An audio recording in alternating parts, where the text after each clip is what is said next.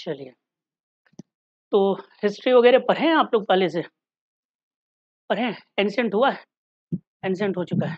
चलिए, कैसा लगता है हिस्ट्री पढ़कर? अच्छा या बेकार? अच्छा लगता है? हैं? बोरिंग नहीं होता? बहुत बोरिंग सब्जेक्ट है ये। किसी-किसी टॉपिक पे हो जाता है बोरिंग। है ना? चलिए, कोई बात नहीं। देखिए, कई सारे एग्ज़ाम्स होते हैं, जैसे एसएससी का आप एग्ज़ाम देते हैं, है ना? जैसे डिफेंस वाला आप देते हैं, पीसीएस का एग्ज़ाम देते हैं और आईएएस का एग्ज़ाम देते हैं। आप लोग पहले ये बताइए कि आप लोग कौन से एग्ज़ाम देने वाले हैं? सब लोग आईएएस वाले हैं? कोई पीसीएस वाले भी हैं? दोनों हैं, आईएएस और पीसीएस दोनों वाले हैं। आपको पता होगा, मतलब हैरानी होगी अगर बढ़िया से अगर आप प्रीवियस ईयर क्वेश्चन आप देखेंगे तो सबके नेचर अलग है। टॉपिक सेम है, लेकिन क्वेश्चन पूछने के नेचर अलग-अलग होते हैं। अब ज़्यादातर स्टूडेंट यहीं पे मार खाते हैं कि उनको ये लगता है कि हम पढ़ तो रहे हैं, लेकिन उनको ये पता नहीं है कि हम कौन से एग्ज़ाम के लिए स्टडी कर रहे हैं। क्लियर है? अब एक बात बताइए, अगर हिस्ट्री की हम बात करें, तो जैसे अगर मान लीजिए हम मिडिवल इंडिया लेने वाले हैं, आपको दिल्ली सल्तनत पढ़ाएँगे और दिल्ली सल्तनत में अगर हम गुलाम वंश की चर्चा करें, स्लेव डायनेस्टी, तो चाहे एसएससी भी पढ़ेंगे तब वो वहाँ भी स्लेव डायनेस्टी है। पीसीएस की तैयारी करेंगे तो वहाँ भी है और आईएएस की तैयारी करेंगे तो वहाँ भी है। और अगर किसी ने हिस्ट्री से ग्रेजुएशन कर रहा हो, वहाँ भी स्लेव डायनेस्टी पढ़ना है और अगर पीजी कर रहा है, वहाँ भी पढ़ना है। टॉपिक तो एक ही है ना, लेकिन सब जगह अलग-अलग है। आ रही है बात समझ में? ये फ़र्क समझना बहुत ज़रूरी है। अगर ये फ़र्क आपने समझ लिया, तो फिर आपका राह आसान हो जाएगा। ठीक है? हाँ, पीसीएस में भी कई सारे पीसीएस हैं। जैसे अगर उत्तर प्रदेश पीसीएस आप दे रहे हैं, तो इसका नेचर 90% आईएएस से मिलता है। 90%, 10% फिर भी अलग है और वो अलग इस बार से और ज़्यादा कर दिया 1-2 सालों से, जब से वो मेंस में आपका ऑप्शनल हटा दिया और 5th और 6th पेपर लाया। यानी वो totally different from the civil services. Clear है? एकदम अलग है वो। तो वहाँ पे थोड़ा-सा डिफर करता है। इनको छोड़कर कोई भी पीसीएस उठाइए, चाहे बिहार हो, एमपी हो, वो मतलब 50% डिफरेंस है। एकदम उसका नेचर अलग है और एकदम इसका नेचर अलग है। यूपी पीसीएस इसलिए हम लोग 90% कहते हैं कि प्रीलिम्स का क्वेश्चंस देख लीजिए, तो अगर वो हिस्ट्री से आपका 30 क्वेश्चन पूछ रहा है, तो उसमें नियर अबाउट 15 टू 20 क्वेश्चंस एकदम related to civil services IAS आपको मिलेगा उसका। लेकिन अगर बिहार का उठा लीजिए, तो बिहार एकदम टोटली डिफरेंट रहता है उसका क्वेश्चन। नहीं, एकदम मतलब वो सतही टाइप का रहेगा या ज़्यादातर बिहार से रिलेटेड रहेगा। तो इसलिए हम लोग कहते हैं कि उत्तर प्रदेश पीसीएस को हम लोग मिनी यूपीएससी कहते हैं। क्लियर है? तो सब लोग आप लोग यूपी वाले देने वाले हैं कि कुछ बीपीएससी भी देते हैं? यूपी पीसीएस देते हैं? यूपी पीसीएस और आईएएस, तो इनका नेचर लगभग-लगभग सेम है, खाली मेंस में आकर अलग हो जाता है। अदरवाइज़ प्रीलिम्स के कैरेक्टर दोनों के लगभग सेम। एक और थोड़ा-सा अंतर मिलेगा आपको कि उत्तर प्रदेश पीसीएस जब आप देने जाएँगे, तो वहाँ पे फैक्चुअल क्वेश्चन्स की संख्या थोड़ी ज़्यादा होती है। आईएएस में आप जब पाएँगे, तो वहाँ पे कॉन्सेप्चुअल प्रश्न ज़्यादा होता है। यानी अगर आईएएस में आपका कॉन्सेप्ट क्लियर नहीं है, यानी क्लैरिटी ऑफ द कॉन्सेप्ट अगर आपके पास में नहीं है, तो आप आईएएस का एग्ज़ाम क्वालीफाई बिल्कुल नहीं कर पाएँगे। पीसीएस में तो फिर भी चल जाता है कि फैक्चुअल इन्फॉर्मेशन ज़्यादा रहते हैं, तो वहाँ से कई बार सिलेक्शन हमारा हो जाता है। कॉन्सेप्ट में आप तुक्काफिकेशन नहीं कर सकते ना, या तो आपको आता है और नहीं तो फिर कॉन्सेप्ट वो ऐसा नियरेस्ट दिया रहता है कि आप थोड़ा-सा भी अगर लैग करेंगे कॉन्सेप्ट में, तो आपसे क्वेश्चन गलत हो जाएगा। ठीक बात है? हम आपको बेसिक किताबें बताएँगे, बहुत ज़्यादा हाई-फाई किताब हम नहीं बताएँगे आपको पढ़ने के लिए, और पढ़िएगा भी मत। अगर आप लोग सही में एग्ज़ाम क्वालीफाई करना चाहते हैं तो। एक एनसीईआरटी की किताब आप सब लोग जानते होंगे, जानते हैं? तो मिडिवल इंडिया में अभी आप लोग ओल्ड एनसीईआरटी प्रेफ़र कीजिएगा। ओल्ड एनसीईआरटी सतीश चंद्रा का है, नाम सुने होंगे आप लोग, जो 11th क्लास का है। उसी किताब को बार-बार पढ़ने का अभी प्रयास कीजिएगा। नई वाली एनसीईआरटी अभी मत पढ़िएगा। क्लियर बात? नई वाली एनसीईआरटी अभी आप लोग मिडिवल इंडिया का खास करके मत पढ़िएगा। ठीक, क्यों? इसलिए उसको मना कर रहा हूं अभी कि चूंकि कॉन्सेप्ट उसमें नहीं है। नई वाली एनसीईआरटी हल्की कर दिया है, पतला कर दिया है और बहुत सारे टॉपिक गायब कर दिया है। जैसे आप लोग तो यूट्यूब वगैरह पर तो एक्टिव होंगे ही, फेसबुक, व्हाट्सएप यूनिवर्सिटी, फेसबुक या यूनिवर्सिटी सब ज्वाइन किए हैं आप लोग? नहीं, व्हाट्सएप वगैरह है ना? चलिए, तो व्हाट्सएप यूनिवर्सिटी समझ रहे हैं ना आप लोग? हंस रहे हैं आप। एक व्हाट्सएप यूनिवर्सिटी होता है, एक फेसबुक यूनिवर्सिटी होता है, जिसमें रोज नए नए प्रकार के एकदम अजीब अजीब तरह के इंफॉर्मेशन आपको दिए जाते हैं।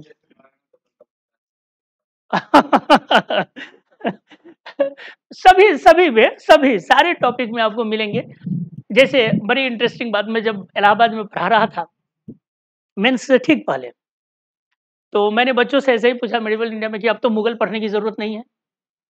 बोले क्यों सर? तो उन्हें मुगल हट गया, नहीं हट गया? 8th क्लास की एनसीईआरटी नई वाली में तो उन्हें मुगल जब हट गया और एनसीईआरटी सरकार की किताब है, आप समझ रहे हैं, और उसकी ऑथेंटिसिटी गजब का है, तो मैंने जब हटी है तो पढ़ने की क्या जरूरत है? बोला कि सर यूपीएससी अपने सिलेबस में तुर हटाया है। और यहाँ बात तो सही है। और पता नहीं क्या हमने कहा कि पढ़ा रहे थे, अकबर पढ़ा रहे थे, अकबर जब मैंने फैक्चुअल इन्फॉर्मेशन दिया था उन्होंने कि सुनो भले हटा दिया है लेकिन मेरा मन कह रहा है कि थोड़ा अकबर को और डिटेल कर लेते हैं, क्योंकि ये अक्सर हुआ है जब भी कोई कंट्रोवर्सी में आता है ना, किसी को हटाया जाता है, किसी को भेजा जाता है, वहां से जानबूझकर क्वेश्चन पूछता है। और इस बार आईएएस के मेंस में तुम देखना अकबर की धार्मिक नीति पूछ लिया आपसे। आ रही है बात समझ में? तो ये चेंज होना, कौन सा टॉपिक शामिल होगा कौन सा नहीं होगा, वो पॉलिटिक्स है। आपको अभी पॉलिटिक्स नहीं करना है, आपको एक ब्यूरोक्रेट बनना है, इसलिए आप सब पढ़ेंगे। आप अकबर भी उतना ही ध्यान से पढ़ेंगे जितना महाराणा प्रताप पढ़ेंगे। क्लियर बात? आपको किसी को नीचा नहीं दिखाना है और किसी को ऊपर नहीं दिखाना है, जो है उसको बढ़िया से पढ़ लेना है। हमारे लिए अकबर भी उतना ही इंपॉर्टेंट है और महाराणा प्रताप उतना ही इंपॉर्टेंट है, राणा संगा उतना ही इंपॉर्टेंट है, शिवाजी महाराज उतना ही इंपॉर्टेंट है, राणा संगा सॉरी संभाजी महाराज उतना ही इंपॉर्टेंट है, औरंगजेब भी उतना ही इंपॉर्टेंट। क्लियर है? यह एक ऐसा एग्जाम है जिसमें अगर आप बायस होंगे तो आपके कैरियर खत्म।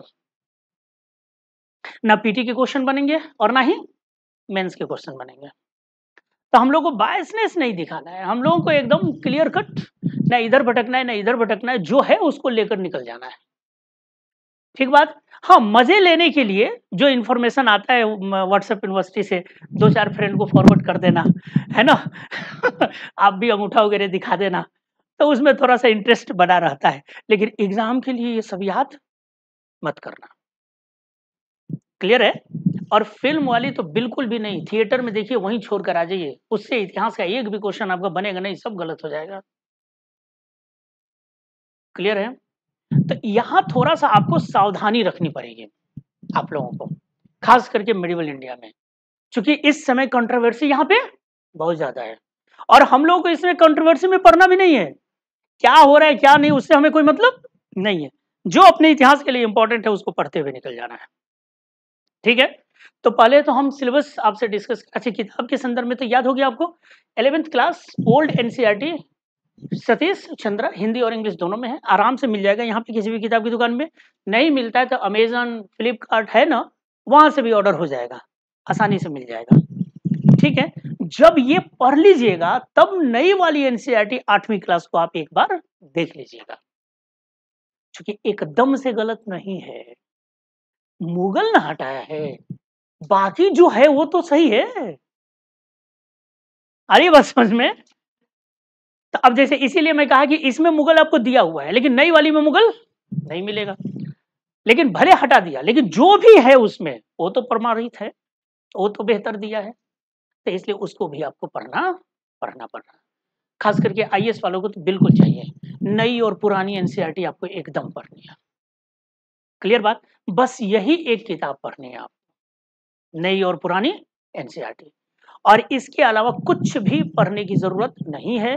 मैं यहाँ जो आपको लिखाऊंगा, जो नोट्स तैयार कराऊंगा, और यहाँ से कुछ मटेरियल मैं आपको प्रिंटेड उपलब्ध कराऊंगा, यानी कोचिंग की ही तरफ से मिलेगा आपको, मेरा होगा अपना कलेक्शन होगा कई किताबों का। तो जो मैं आपको प्रिंटेड दूंगा वो, जो मैं क्लास में यहाँ पे कराऊंगा वो, और प्लस एनसीईआरटी नई और पुरानी। लेकिन पहले क्या पढ़ना है? पुरानी एनसीईआरटी पढ़नी है, ठीक बात है, फिर नहीं पढ़नी है। इतने सोर्सेज आपको करने हैं। इसके अलावा प्रीवियस ईयर क्वेश्चन पेपर तो सबके पास होगा, है?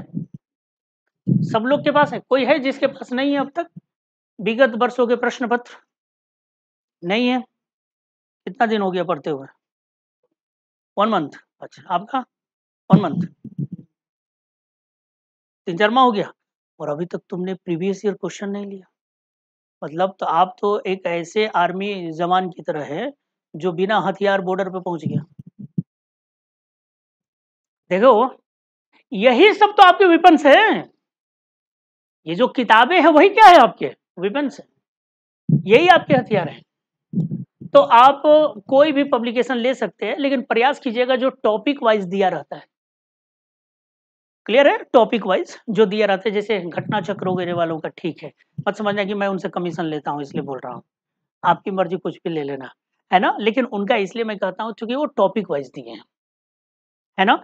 अगर जैसे मान लीजिए गुलाम वंश पे क्वेश्चन या मोहम्मद गोरी पे क्वेश्चन है, तो मोहम्मद गोरी के क्वेश्चन जितना आईएएस और पीसीएस में है इकट्ठा दे दिया है ना। स्लेब पे है तो इकट्ठा दे दिया है, अशोक पे है तो इकट्ठा दे दिया है, इसलिए मैं उसको प्रीफर करता हूँ। ठीक है, अलग से आएगा आपको इतिहास, भारतीय इतिहास के नाम से, हिंदी और इंग्लिश दोनों में आता है।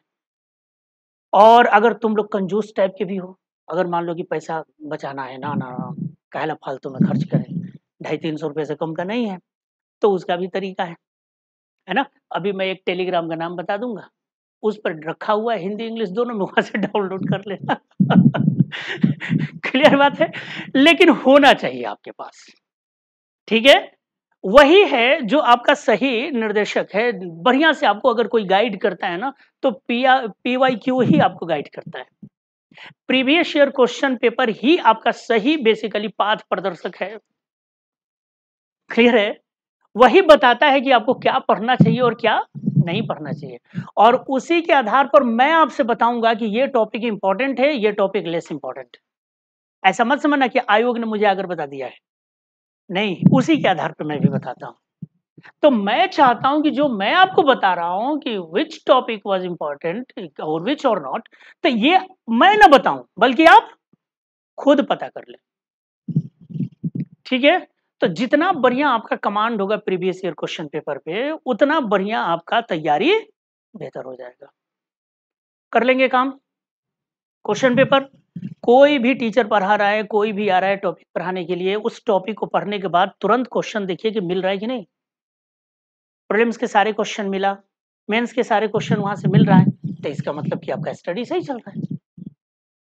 आ रही बात समझ में? इसलिए वो सबके पास होना चाहिए, ठीक बात है। चलिए देखिए हम लोग यहां से क्या पढ़ेंगे। मैं छोटा हूं क्या?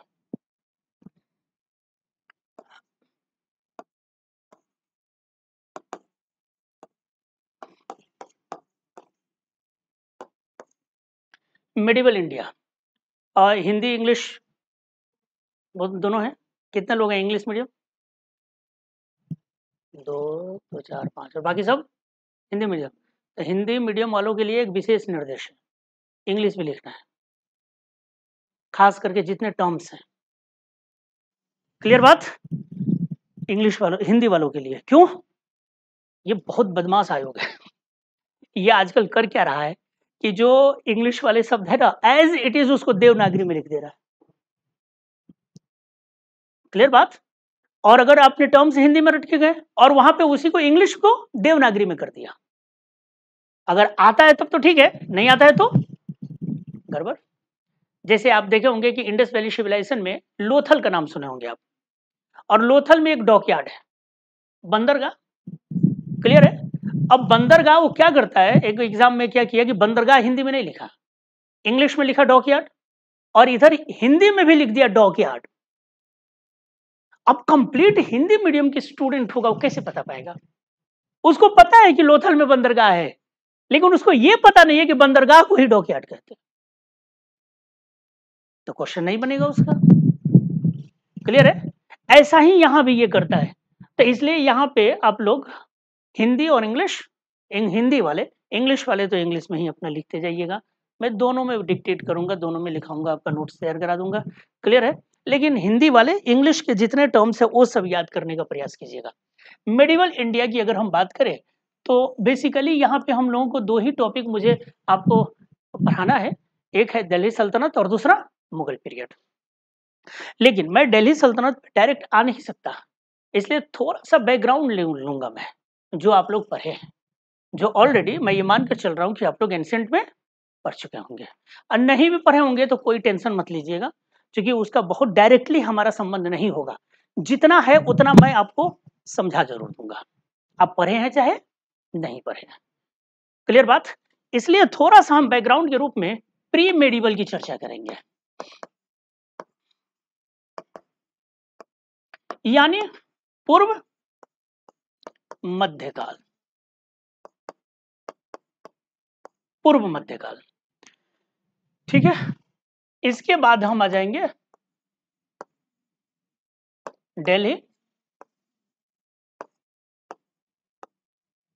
दिल्ली सल्तनत,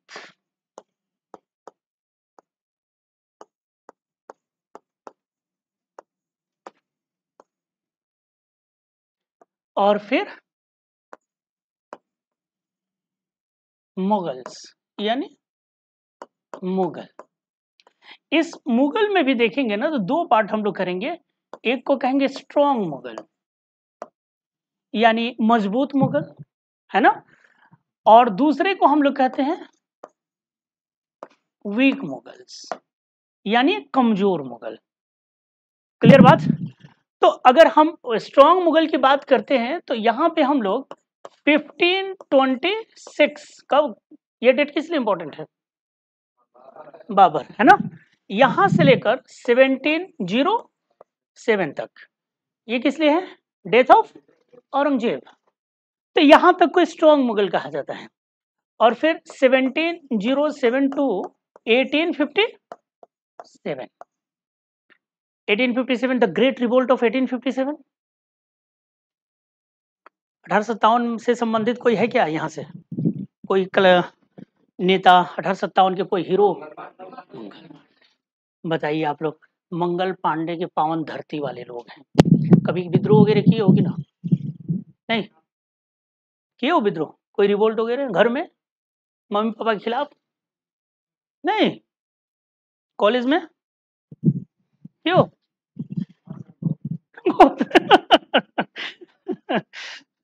तो चलिए, तो यहाँ पे 1857 और यहाँ पे मुगलिया रूल्स हमेशा के लिए खत्म हो जाता है, और यहाँ पे basically directly British rule established होता है, क्लियर है। दिल्ली सल्तनत में भी हम देखें तो कई सारे हैं, जैसे स्लेव, जैसे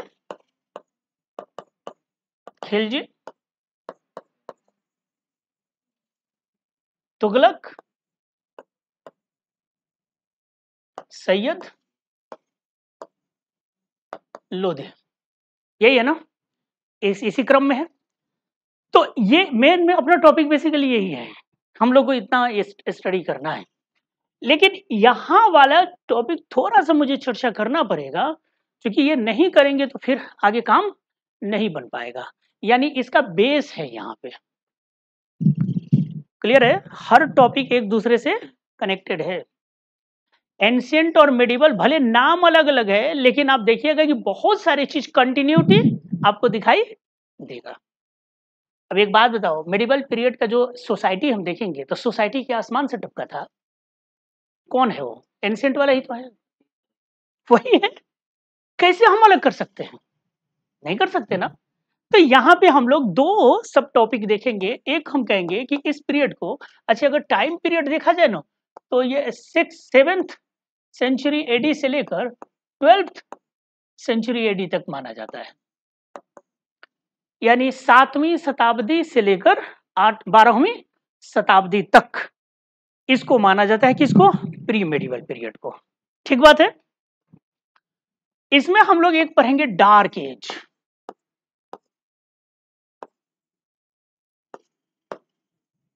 यानी अंधकार काल, हम बिल्कुल आईएएस अप्रोच में लेकर चल रहे हैं, ठीक है, अभी पूरा ये कॉन्सेप्ट वाला है, इसमें कोई फैक्चुअल इंफॉर्मेशन ना के बराबर दिखेगा आपको, लेकिन अगर ये समझ लिए तो ये समझना हमें आसान होगा। यहीं पे वो कारण मैं चर्चा करूंगा कि क्यों टर्क्स आखिर विक्ट्री हासिल क्यों किए, हम क्यों हार गए। आ रही बात समझ में? मोहम्मद गोरी आता है, दिल्ली सल्तनत की स्थापना करता है, तो ऐसा क्या था, आखिर गोरी में ऐसा क्या था कि वो यहां पे अपना रूल स्टैब्लिश कर लिया? क्या उसमें कुछ ज्यादा विशेषताएं थी या हम में कुछ ज्यादा कमियां थी? दोनों हो सकता है ना। ये सब यही देखेंगे कि आखिर हो क्या रहा था, क्यों यहां पर इनको सफलता मिली। इंग्लिश में आप लोग पढ़े होंगे ग्रामर वगैरह, तो WH फैमिली नाम सुने होंगे आप लोग, सुने हो ना? कब, कहां, क्यों, कैसे, ये सब पढ़े होंगे आप लोग। तो आप जब देखते हैं कि कब, कहां और किसने, ये पीटी है, और क्यों और कैसे, ये मेंस है। कोई भी, हाँ ना, हाँ, वो पीटी है, कब में, कब, कहां और किसने, कब, कहां, किसने, ये पीटी हो गया। और क्यों और कैसे, क्योंकि क्यों और कैसे में क्या होता है, एनालिसिस होता है, व्हाई एंड हाउ, है ना। कोई चीज अगर, अब जैसे बताओ, अगर हम कहें कब जन्म लिए, एक शब्द में जवाब दे सकते हैं, क्यों, किसने, कहां, कब, एक लाइन में आप जवाब दे सकते हैं। लेकिन मैं कहूं क्यों, इसका आपको समय चाहिए, टाइम चाहिए, एक्सप्लेनेशन देना पड़ेगा। हाँ, अब बताओ, अब इसको कोई कहे कि एक शब्द में जवाब दे दे, हो जाएगा? नहीं हो सकता, है ना, एलोबरेट करना पड़ेगा आपको। तो ये मेंस वाला नेचर है, यानी आपको मैं बताने का मेरा पर्पस ये है कि जब भी कोई भी टॉपिक आप पढ़िए, तो ये पांचों को दिमाग में रखिए, कि अगर आप पढ़ रहे हैं तो ये पांचों आपके दिमाग में इसका जवाब खोजना चाहिए उसमें। ठीक है, अगर जैसे सिंपल सी बात, अगर मैं कहूं यही, अगर अब मैं कहूं मोहम्मद गोरी की ही बात करूं, तो मोहम्मद गोरी अगर आप स्टडी कर रहे हैं तो आपके पास पता चलना चाहिए कि कौन है ये, है ना, क्यों आ रहा है, कब आया, कहां आया, आ रही है बात समझ में? तो ये जब आप सोचेंगे ना इस पे, तो आपको पढ़ते वक्त इसका जवाब मिलता चला जाएगा। कई बार आप लोग देखे होंगे, किताब आप लोग पढ़ते होंगे तो अंडरलाइन करते हैं ना। मैंने देखा है कई बार, किताब आप लोग लाते हैं मुझे दिखाने के लिए, हर एक लाइन अंडरलाइन किए हुए रहते हैं, पूरा किताब लाल लाल लाल बना दिया। पूरा किताब अंडरलाइन नहीं किया जाता है, यही 5 चीज को खोज कर अंडरलाइन किया जाता है। आ रही है बात समझ में? अब किताब पढ़ना, ये 5 चीजों के आधार पे किताब पढ़ना आसान हो जाएगा तुम्हारा, है ना। यही 5 चीज खोजिएगा उसमें, किसी के भी बारे में, WH फैमिली खोजिए और जहां वो मिले उसका आंसर अंडरलाइन कीजिए। ठीक है, तो एक तो हम पढ़ेंगे डार्क एज यानी अंधकार काल, और दूसरा हम लोग पढ़ेंगे एज ऑफ स्ट्रगल यानी संघर्ष का युग।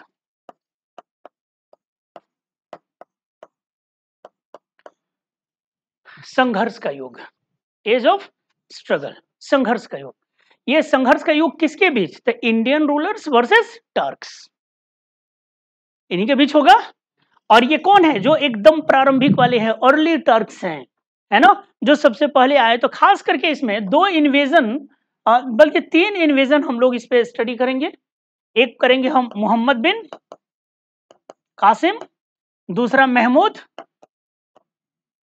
गजनवी, और तीसरा मोहम्मद गौरी, मोहम्मद गौरी, है ना। इसके इन्वेजन हम लोग देखेंगे, यही एज ऑफ स्ट्रगल है, और इसी के बाद में दिल्ली सल्तनत की स्थापना हो जाएगी। क्लियर है? तो ये अपना हमारे लेक्चर का ये एक सिलेबस है कि इतने सारे टॉपिक पे हम आपसे डिस्कस करने वाले हैं, नोट डाउन कर लीजिए।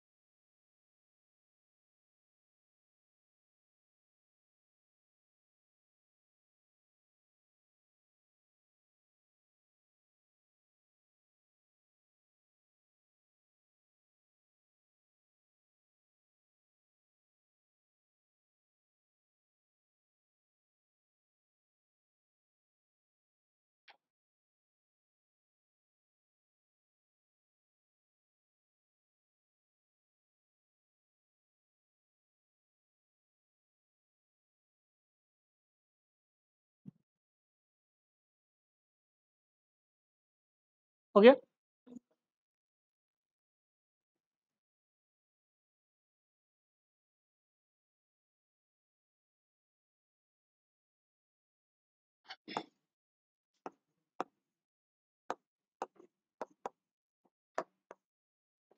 डार्क एज, अंधकार का युग। आखिर इस पीरियड को हम लोग डार्क एज कहते क्यों हैं? कोई ना कोई कारण तो होगा इसके पीछे, डार्क एज कहने के पीछे। इसी कारण की हम लोग तलाश करते हैं पहले। तो 3 कारण हमें दिखाई देगा, उसी को हमें यहाँ पे डिस्कस आपसे करना है। डार्क एज इसलिए कहा जाता है क्योंकि यह जो काल था, ये डीमोनेटाइजेशन का काल था। अभी कुछ भी समझ में नहीं आ रहा होगा। डीमोनेटाइजेशन इकोनॉमी हुआ है? हाँ, हुआ है इकोनॉमी? नहीं हुआ है। विमुद्रीकरण समझ रहे हैं इसका मतलब?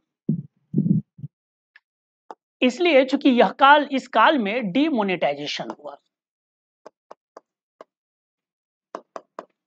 यानी विमुद्रीकरण या विमुद्रीकरण, हाँ विमुद्रीकरण। दूसरा, इस काल को हम लोग कहते हैं डी अर्बनाइजेशन,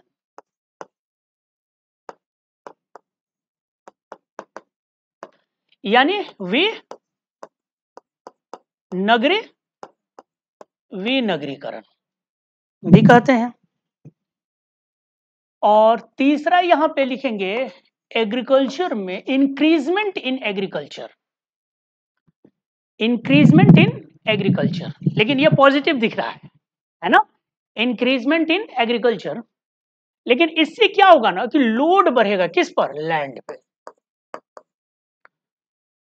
है ना, भूमि पर बोझ बढ़ेगा। इस बात को पहले समझते हैं हम लोग कि आखिर ये हो क्यों रहा था और ऐसा क्यों हुआ। इन्हीं कारणों से इसको हम लोग कहते हैं, कैसा है ये? अंधकार का काल है। देखो, डार्क एज का मतलब ये होता है जिसमें डिक्लाइन कर रहा हो सब कुछ बेकार हो रहा हो। ठीक है, तो 700 से लेकर 1200 के बीच में ये 3 चीजें हमें दिखाई दे रहा है। जैसे विमुद्रीकरण कहने का मतलब यहां पे ये है कि यहां पर मिटेगा कैसे?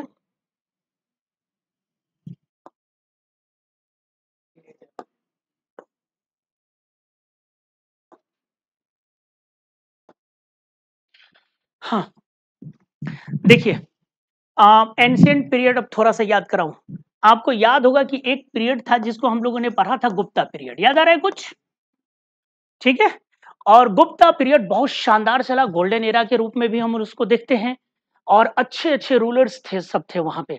जैसे खास करके देखे तो चंद्रगुप्त प्रथम, जो पहला मतलब पावरफुल रूलर आएगा गुप्ता में। और चंद्रगुप्त फर्स्ट है, फिर समुद्रगुप्त है, फिर चंद्रगुप्त द्वितीय है। और इस तरह से देखते आते हैं समुद्रगुप्त तक, सॉरी, स्कंदगुप्त। स्कंदगुप्त तक महान गुप्त शासक है। लेकिन जैसे स्कंदगुप्त की मृत्यु होती है, उसके बाद में गुप्तों में बेकार टाइप के रूलर आने लगे। या हाँ, हाँ, हुनों के आक्रमण है। तो अब इसीलिए तो उसको सफल हो गए, क्योंकि कमजोर रूलर है। नहीं, और कमजोर रूलर के रूप में इसलिए नहीं है कि खाली ये कमजोर कमजोर करने के पीछे कई सारे फैक्टर काम कर रहे थे। क्योंकि इसके बाद में लास्ट में हम देखते हैं कि गुप्तों में इकोनॉमी डिक्लाइन कर गया। क्लियर बात? तो बाद में इकोनॉमी डिक्लाइन कर रहा है। इकोनॉमी जब डिक्लाइन करेगा तो उसका प्रभाव सब पे पड़ेगा, पॉलिटिक्स पे भी पड़ेगा, सोसाइटी। याद रखिएगा, इकोनॉमी हर चीज को चेंज करता है। आपके समाज को बदल देगा, आपके रिलीजन को बदल देगा, आपकी सोच को बदल देगा, हर चीज में चेंजेस ला देता है इकोनॉमी। इसीलिए कहा जाता है कि पैसा बहुत कुछ है, सब कुछ कहते हैं लोग ना कि सब कुछ नहीं है लेकिन बहुत कुछ है। क्लियर है? आप देखो, आपके पॉकेट में जैसे पैसा आ जाए, आपका चलन बदल जाएगा, रहन सहन बदल जाएगा, भाषा बदल जाएगा, खान पान बदल जाएगा, ड्रेसिंग सेंस बदल जाएगा। बताओ, हो जाएगा कि ना? अब कुछ कंजूस लोगों को छोड़ दीजिए, उनका अलग बात है। वो तो कितना भी पैसा आएगा तो जैसे रहेंगे वैसा ही रहना है ना? लेकिन आम तौर पे जो लोग चेंजेस आप लाते हैं, आप देखिएगा कि पॉकेट में पैसा आते ही सब कुछ चेंज होने लगता है। हाँ, वो उसी तरह से शो होने लगता है ना। तो इसलिए वो होने, अब जैसे देखो ना, पता ना आप लोगों को याद है कि ना, अरे आप लोगों के समय में पता ना अभी है कि नहीं, लेकिन हम लोग को याद है कि जब हम लोग छोटे छोटे हुआ करते थे, तो हमारे यहाँ एक फैक्ट्री है बिरला की, शुगर फैक्ट्री है, अंदर बहुत बढ़िया पार्क वार्क बनाया है, तो हम लोग को जाने नहीं देता था, है ना, आउटर को नहीं जाने देता था, गार्ड रोक देता था, क्योंकि वो सिर्फ साहब लोगों के बच्चों को खेलने के लिए था। लेकिन अंदर था मंदिर, कहीं तुम नहीं जानो दोगे, लेकिन मंदिर जाने से रोक लोगे क्या? नहीं ना।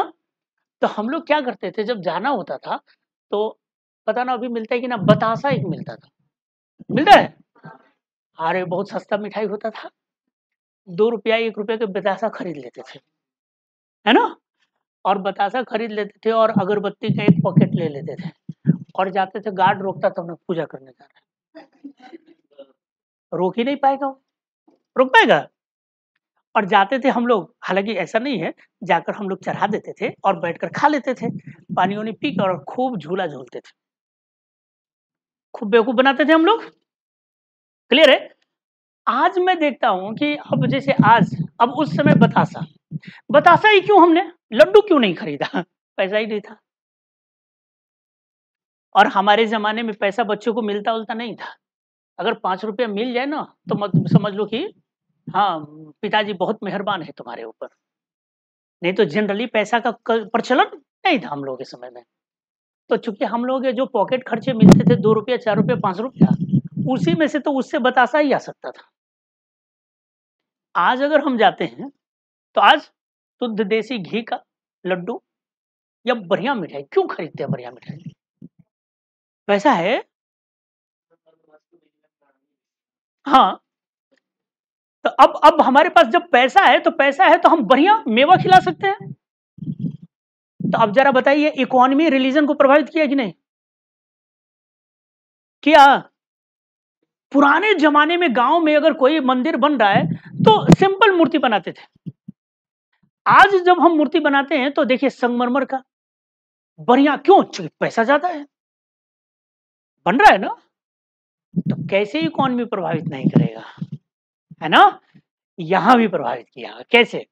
तो गुप्ता तक तो ठीक चला, लेकिन गुप्ता के बाद में एकदम गुप्ता एम्पायर बेसिकली डिक्लाइन कर गया, ठीक है, और डिक्लाइन किया तो छोटे छोटे राजवंश आए, उन्हीं छोटे छोटे राजवंशों में एक और आता है, बड़ा खतरनाक व्यक्ति होगा, बड़ा बेहतरीन शासक भी होगा वो, जिसका नाम था हर्षवर्धन, याद होगा?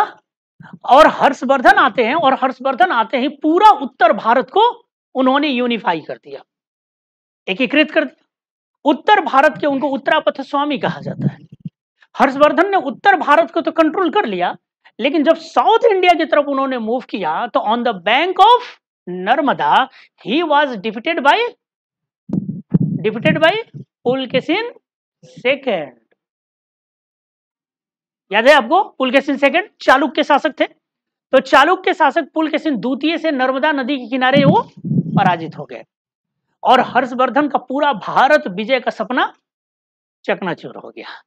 तो नॉर्थ इंडिया तो उन्होंने कमांड किया, लेकिन साउथ में कुछ कर नहीं पाए।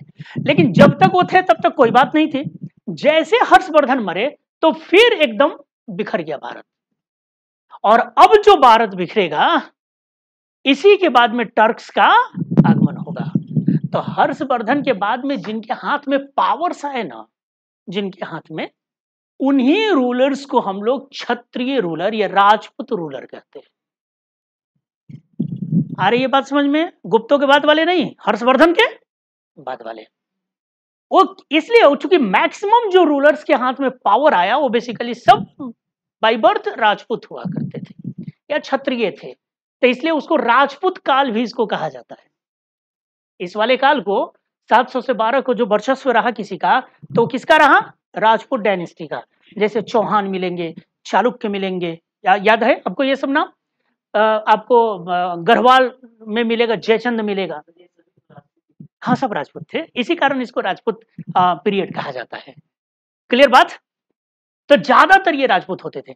अब यहां पे ये लोग आ गए, अब आने के बाद में ये हुआ क्या ना, कि अब तक भारत में सेंट्रल पावर था ना, अब डिसेंट्रलाइजेशन हो गया, और डिसेंट्रलाइजेशन होगा तो इसका देखिए इफेक्ट कितना इकोनॉमी पर पड़ा। जैसे समझिएगा कि गुप्ता पीरियड है और ये पूरा का पूरा भारत है, इसका एक राजा है। क्लियर बात? और एक राजा है, तो यहां पे हम कह सकते हैं कि ये छोटे छोटे कौन सा है? प्रोविंस है, यानी प्रांत है। ये सब क्या है? ये सब प्रांत है। जैसे अगर हम आज कह लें तो ये पूरा भारत है और ये बिहार है, ये उत्तर प्रदेश है, ये पंजाब है, ये मध्य प्रदेश है, कह सकते हैं आप। लेकिन जब ये एकीकृत था, सेंट्रलाइज्ड पावर था, तो एक राजा यहां पे होता था और इसी राजा की हुकूमत सब जगह पे चल रही थी। याद है आपको? सब जगह पर इसकी हुकूमत चल रही है। यानी यह राजा, अगर हम टैक्सेशन की बात करें तो एक जगह लगेगा कि कई जगह लगेगा? टैक्स एक ही जगह लगेगा। यानी ये पूरा एक राजा मालिक है। तो यहां का कोई ट्रेडर है और ये अगर अपना वस्तु यहां लाकर बेचना चाहे तो सिर्फ एक ही जगह ये राजा को कर चुकाएगा। तो जब टैक्सेशन कम होता है, जब सिंगल टैक्सेशन होगा, तो लॉन्ग रूट ट्रेड बढ़ेगा कि घटेगा? बढ़ेगा। लंबे दूरी तक व्यापार करने के लिए व्यापारी आसानी से चले जाएंगे। तो हाँ, तो सिंगल टैक्सेशन था। लेकिन जब यहां पे एकदम डिवाइड हो गया, डिसेंट्रलाइजेशन ऑफ पावर हो गया, तो हर एक प्रांत अपने आप में क्या बन गया? हर एक प्रांत अपने आप में राज्य बन गया। हर एक प्रांत अपने आप में राज्य बन गया। क्लियर है? और अब अगर किसी को यहां पे आना है व्यापार करने के लिए, यही ट्रेडर्स है, और इसको आना है, तो अब एक तो टैक्स यहां पे इसको दिया, इस राज्य में प्रवेश किया तो इसने टैक्स लगा दिया, इस राज्य में प्रवेश किया तो इसने टैक्स लगा दिया, यहां प्रवेश किया तो इसने टैक्स लगा दिया, यहां प्रवेश किया तो इसने टैक्स लगा दिया। यानी एक व्यापारी पे आप देख रहे हैं मल्टीपल टैक्सेशन हुआ। तो जब मल्टीपल टैक्सेशन होगा तो जल्दी बताइएगा मुझे कि जब भी मल्टीपल टैक्सेशन होगा तो वस्तु सस्ती या महंगी? महंगी हो जाएगी। तो अब बताओ, यहां का व्यापारी यहां आकर सामान बेचना चाहेगा? और चूंकि वही अगर चीज अगर यहां का लोकल ट्रेडर है तो ये सस्ता में बेच लेगा। तो इसलिए लोकल ट्रेड तो चलेगा, but long route trade decline कर गया। क्लियर है? जब लॉन्ग रूट ट्रेड डिक्लाइन करेगा, तो जब लंबा दूरी का व्यापार नहीं होगा, स्थानीय लेवल पर होने लगेगा, तो स्थानीय व्यापार तो हम बार्टर सिस्टम से भी कर लेते हैं, वस्तु विनिमय प्रणाली पर भी हो जाता है। तो इसलिए अब स्थानीय व्यापार करने के लिए बहुत ज्यादा कॉइन्स की आवश्यकता नहीं होगी। कॉइन्स आया क्यों था? यही लंबे दूरी के व्यापार के लिए, ताकि आसानी से चांदी के हम पंच मार्क कॉइन वगैरह लेकर चले जाएं, सोने के कॉइन लेकर चले जाएं और वहां से सामान खरीद कर ले जाएं। तो अब लंबी दूरी के व्यापार ही नहीं हो रहा है, तो कॉइन्स का कोई इंपॉर्टेंस रहा नहीं। यानी सर्कुलेशन ऑफ कॉइन्स क्या हो गया? कम हो गया। और सर्कुलेशन ऑफ कॉइन्स जब कम होंगे तो इसी को तो विमुद्रीकरण कहते हैं। आ रही है बात समझ में? यानी स्थानीय व्यापार खत्म नहीं हो रहा है, बट दूर वाला व्यापार प्रभावित हो गया। ठीक बात है। तो यहां पे औरों की अपेक्षा, पहले के काल की अपेक्षा इस काल में हम देखते हैं 700 से 1200 के बीच में कि व्यापार अपना डिक्लाइन किया। व्यापार डिक्लाइन करने से बेसिकली स्कार्सिटी ऑफ कॉइन हुआ, और स्कार्सिटी ऑफ कॉइन्स को ही हम लोग कहते हैं क्या हो गया? डीमोनेटाइजेशन हो गया। अब ये व्यापार हो कहां रहा था? किसी जगह पे हो रहा होगा। जहां पे व्यापार होता है, जहां पे वस्तुओं को हम लेन देन करते हैं, उसको हम क्या कहते हैं? मार्केट कहते हैं। तो जब ये मार्केट, मान लीजिए ये बलिया आपका क्षेत्र है, यहाँ पे इतना क्राउड क्यों दिख रहा है? क्योंकि हर चीज यहाँ पे मिल रहा है ना? पूरा सिस्टम सब बना हुआ है, जो भी जो जिसको भी जो चीज खरीदना है यहाँ पे आए, मिल जाता है। लेकिन अगर ये सारी वस्तुएं ही गायब हो जाए यहाँ से, क्लियर बात, कुछ भी सामान ना मिले आपको यहाँ, तो क्या ये बलिया बाजार के रूप में रहेगा? ये तो इसी को हम क्या कहेंगे? बलिया का पतन हो रहा है। आ रही है बात समझ में? तो जैसे ही ट्रेड में डिक्लाइन हुआ, तो ट्रेड डिक्लाइन होने के कारण ट्रेड सेंटर का भी डिक्लाइन हुआ, और ट्रेड सेंटर का जो डिक्लाइन हुआ यानी नगरों का डिक्लाइन हुआ, यानी उसी को हम क्या कहेंगे? डी अर्बनाइजेशन हो गया, विनगरीकरण हुआ। अब जब शहर कोई बर्बाद होगा तो यहां जितनी जनसंख्या थी वो कहीं तो जाएगी। कहां जाएगी? गांव में। तो गांव में जाएगी तो गांव में तो कृषि तो बढ़ेगा, लेकिन कृषि पर लोड बढ़ जाएगा। क्लियर बात? यानी उसको एक बड़ा बढ़िया शब्द इकोनॉमी में आप लोग देखते होंगे, प्रच्छन्न बेरोजगार। सुने हो नाम? मतलब 10 लोग से खेती हो सकता है, 15 लोग लगे हुए हैं, तो 5 जो एक्स्ट्रा लगे हैं उन्हीं को कहा जाता है कि ये बेरोजगारी बढ़ाता है। तो ये लोग यहाँ से मूव करके चले जाएंगे गांव। गांव जाएंगे तो भाई गांव में तो जमीन थोड़ी बढ़ गया है, जमीन तो उतना ही है, काम करने वाले लोग ज्यादा हो गए। तो ज्यादा हो गए तो ये, अब बताओ इससे गांव का फिर स्ट्रक्चर प्रभावित होगा कि नहीं? तो शहर तो प्रभावित हुआ ही, गांव का कैसे, गांव का कैसे सामाजिक जीवन प्रभावित होगा कि ना? कैसे?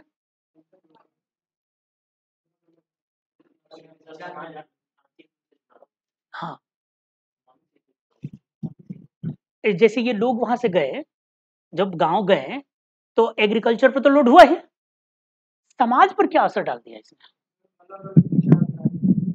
अलग अलग विचारधाराएं के लोग, विचार अलग अलग, तो क्लैश होगा आपस में। और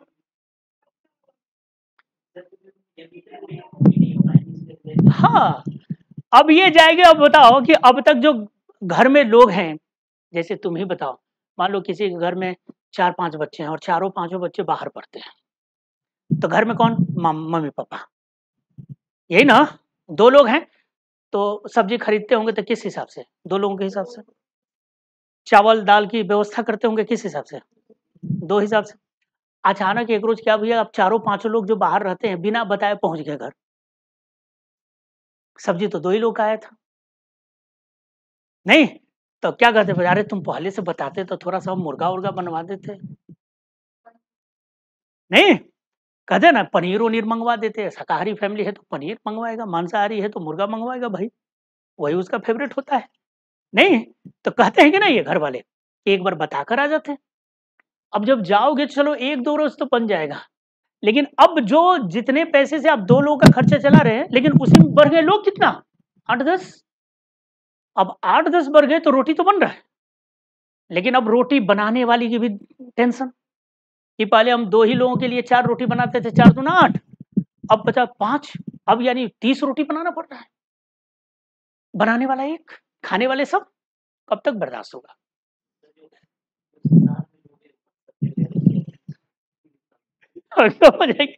अब बताइए, एक संघर्ष का कारण बनेगा कि ना? बताइए। रटिए मत, एकदम व्यवहारिक होकर पढ़िए हिस्ट्री। व्यवहारिक होकर पढ़िएगा तो सब याद रहेगा, रटिएगा तो आज रटिएगा और कल भूल जाए। राम लखन शुक्ला दिल्ली यूनिवर्सिटी के प्रोफेसर है, मॉडर्न इंडिया के, वो अपने किताब के पहले ही पेज पर लिखे हैं, हिस्ट्री ज्योग्राफी बड़ी बेवफा, रात को पढ़ा सुबह को सफा। क्लियर है? तो ये बेवफा सब्जेक्ट है, जितना पढ़ोगे उतना ही कम है। और क्यों ये बेवफा हो जाता है? क्योंकि रटते, हाँ, समझते नहीं है इसको। अच्छा, तुम लोग ऐसे भी देखना, तुम लोग तो सब मतलब युवा हो ना तुम लोग, सब लोग, सब लोग युवा हो। अच्छा, मैं मैं हूँ कि ना? हाँ, मैं भी हूँ, किसी बूढ़ा मत कर देना मुझे। चाय पियोगे? चाय तो नहीं पियेंगे? नहीं ना? चलो, मेरा अपना एक अलग फंडा है, थोड़ा सा मैं आपको एकदम क्लियर कर दूं। लोड लेकर ना मैं पढ़ता हूं और ना पढ़ाता हूं, क्योंकि मेरा अपना व्यक्तिगत ऐसा मानना है कि लोड लेकर पढ़ोगे कुछ भी नहीं समझ में आएगा, है ना? तो एंजॉय करो, लेकिन एक डिसिप्लिन में। क्लियर है? एंजॉय करते हुए पढ़िए। मेरा व्यवहार आप लोगों के लिए एकदम फ्रेंडली होगा, लेकिन एक बात और, मेरा व्यवहार फ्रेंडली है, मैं आपका फ्रेंड नहीं हूं। ये अगर बात आपके दिमाग में रहेगा तो आपके और हमारे संबंध कभी खराब नहीं होंगे। आ रही है बात समझ में? इन दोनों में अंतर समझ रहे हो ना? मेरा व्यवहार फ्रेंडली है, लेकिन मैं आपका फ्रेंड नहीं हूं। मैं किसका फ्रेंड हूं? अनूप सर का। वो मुझे कुछ भी बोल सकते हैं, मैं उनको कुछ भी बोल सकता हूं, नहीं? लेकिन आप लोग नहीं, जितना हंसाऊं उतना ही हंसना है, अपने से नहीं हंसना। क्लियर है? खूब बढ़िया से मुझे सुनना है, ज्यादा बोलना नहीं है, बोलने का पूरा मौका दूंगा। क्लियर बात?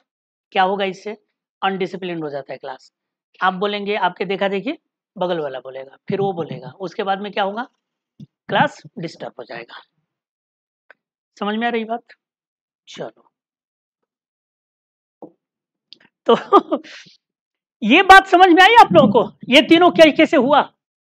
इन्हीं कारणों से हम क्या कहते हैं कि यह काल कैसा है, डार्क एज है, अंधकार का काल है। क्लियर है? नीचे लिखिए, कुछ पॉइंट्स लिखिए।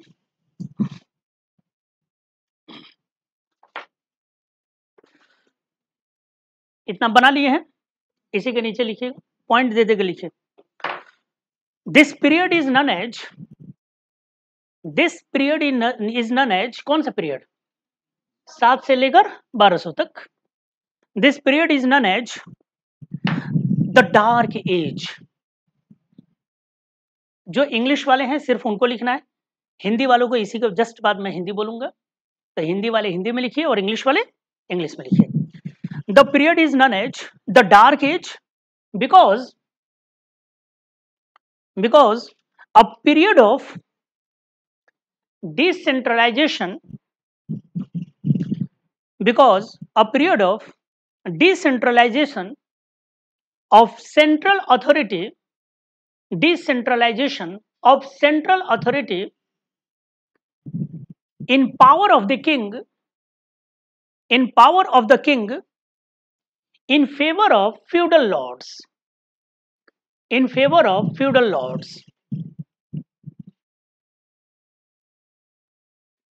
इस काल को अंधकार का काल कहा जाता है। इस काल को अंधकार का काल कहा जाता है क्योंकि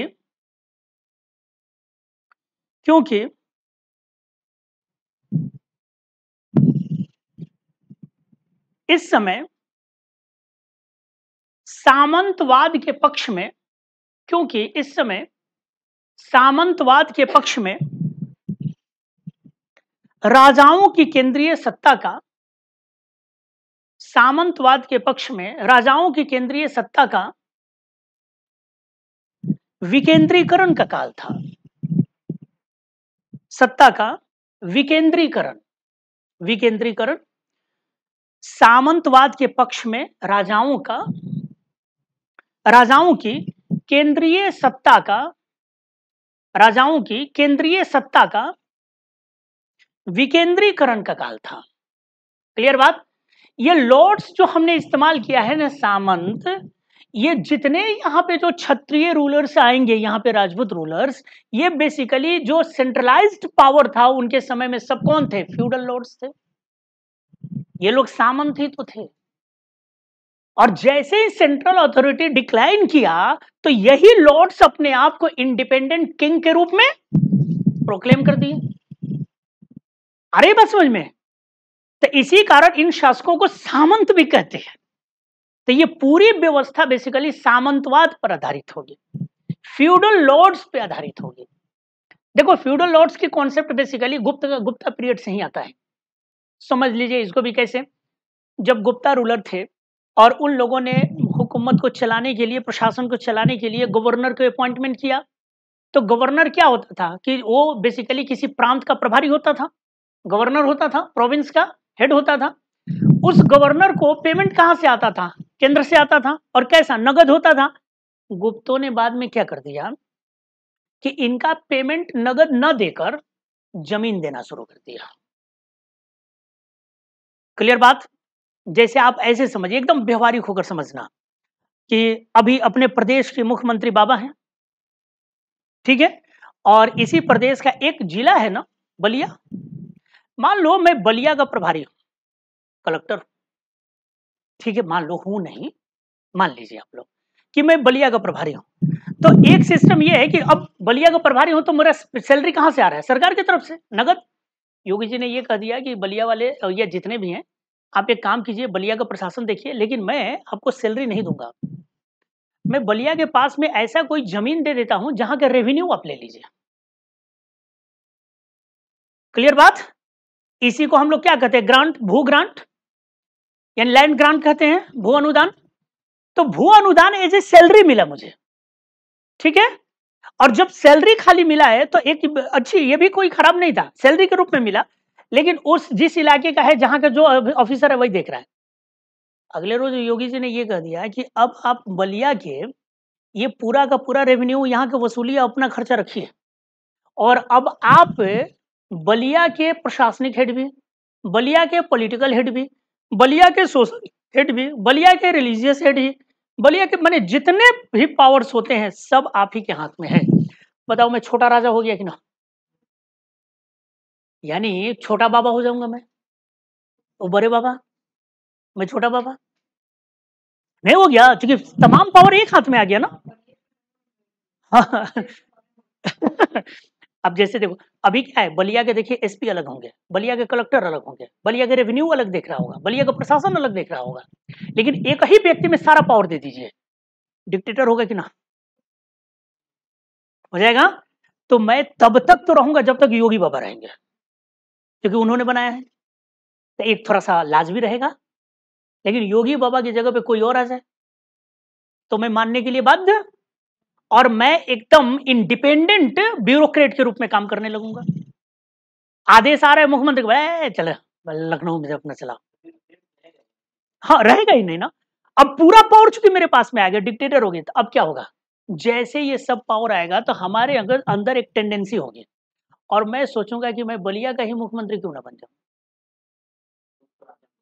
हाँ, तो यही जो फ्यूडल लॉर्ड्स थे, यही लोग अपने आप को किंग घोषित करती है अपने अपने इलाकों में। क्लियर है। और चूंकि बाय द वे ये सब लोग बेसिकली थे कौन, क्षत्रिय, तो इसी कारण इसको क्षत्रिय पीरियड कहा जाता है, यानी राजपूत शासक कहा जाता है। क्लियर है। तो अब इसी कारण यहां पे दिक्कत हुई, और सब लोग अपना इंडिपेंडेंट हो गए, तो सब अपने आप में एक देश बन गया। पहले यह एक देश था और ये सब प्रांत था, अब क्या हो गया, यह एक देश हो गया, यह एक देश हो गया, ये एक देश हो गया, ये एक देश हो गया। यानी इसके लिए ये विदेश है, इसके लिए ये विदेश है, इसके लिए ये विदेश है। अरे तभी तो जब पृथ्वीराज चौहान और मोहम्मद गोरी का सामना हुआ, तो अन्य कोई भी राजपूत शासकों का सहयोग नहीं किया। क्यों नहीं किया? क्योंकि पृथ्वीराज चौहान बाकी के अन्य राजपूत शासकों के साथ संघर्षरत थे। बात समझ रहे ना, सब आपस में ही स्ट्रगल में थे। बीकानेर अजमेर को बर्बाद करना चाहता है, तो गढ़वाल पूरी तरह से चौहान को बर्बाद करना चाहता है, तो चौहान दिल्ली पर कब्जा करना चाहता है। आप समझ रहे हैं? तो आपस में यही तो डिसेंट्रलाइजेशन का सबसे बड़ा दोष यही है, यानी पॉलिटिकल फ्रेगमेंटेशन की स्थिति है। और राजनीतिक विखंडन होगा तो यूनिटी होगी क्या? नहीं होगा। आज हम लोग स्टेट हैं, हर स्टेट अपने आप को देश घोषित करने लगे, तो फिर भारत रहेगा? इसी कारण हर स्टेट को सब कुछ दिया गया, लेकिन सोवरेंटी नहीं दिया गया। अब भारी आक्रमण भी होगा। अभी हम मजबूत क्यों हैं? अभी इसलिए चूंकि भारत सरकार मजबूत है। कोई भी होगा तो भारत पूरी ताकत के साथ लड़ेगा। लेकिन जब हम आपस में बिखर जाएंगे, तो कोई यूपी पे हमला कर देगा, कोई पंजाब पे हमला कर देगा, कोई हमला कर देगा। और पंजाब पे हमला होगा तो हरियाणा वाला खुश, हरियाणा पर बिहार यूपी पे हमला होगा तो बिहार वाले खुश, बहुत बढ़िया। नहीं, बिहार पर हमला तो यूपी वाला खुश। यही कमियां थी। आ रही है बात समझ में, कि जब ये टर्क्स आते हैं और जैसे एक क्षत्रिय रूलर पे, राजपूत शासक पे हमला करते हैं, तो उसका पड़ोसी खुश है। क्यों खुश है? क्योंकि आपस में दुश्मनी था सब एक दूसरे को, और दुश्मनी तो आप जग जाहिर है, जयचंद और पृथ्वीराज का दुश्मनी तो आपको पता ही है। यही सब कमियां थी जिसके कारण टर्क्स को यहां पे सफलताएं मिली। आ रही है बात समझ में? तो कहां तक लिख लिया आप लोग हिंदी वाले? विकेंद्रीकरण का काल था, इसी में लिखिएगा, इसी में। In this period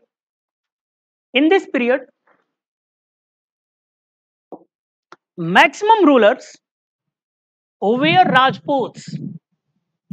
In this period, maximum rulers were Rajputs. Because of this period as also known as Rajput age. Because of this period is also known as the Rajput age. इस समय सर्वाधिक शासक राजपूत थे। इस समय सर्वाधिक शासक राजपूत थे, इसलिए इस काल को राजपूत काल के नाम से भी जाना जाता है। इसलिए इस काल को राजपूत काल के नाम से भी जाना जाता है। राजपूत काल के नाम से भी जाना जाता है।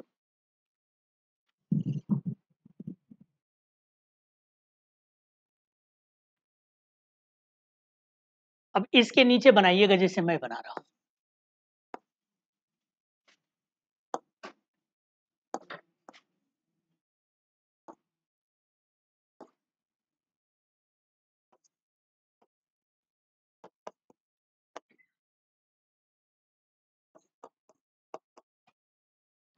मल्टीपल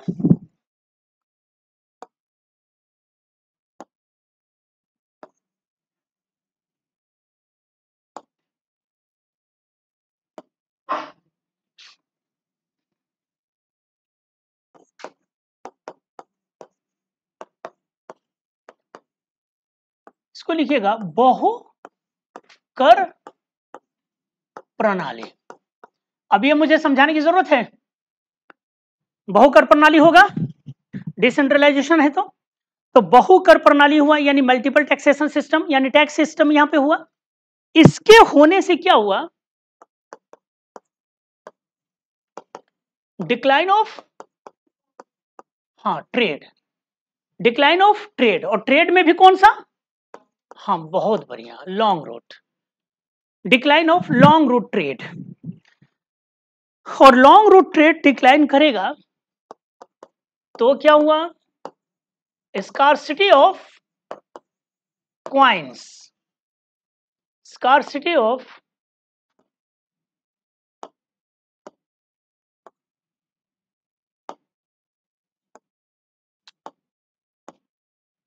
स्कार्सिटी ऑफ कॉइन्स, यानी सिक्कों की कमी हुई। स्कार्सिटी ऑफ कॉइन्स यानी सिक्कों की कमी हुई, स्कार्सिटी ऑफ कॉइन्स, सिक्कों की कमी हुई। और सिक्कों की कमी को हम लोग क्या बोले थे, डिमोनेटाइजेशन, विमौद्रीकरण। और इस विमौद्रीकरण ने क्या कर दिया, डी अर्बनाइजेशन कर दिया।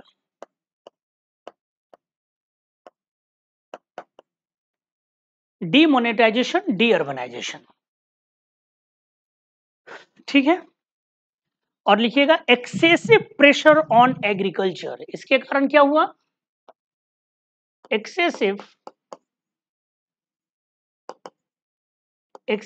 Pressure on agriculture, excessive pressure on agriculture यानी कृषि पर अत्यधिक दबाव, कृषि पर अत्यधिक दबाव बढ़ा।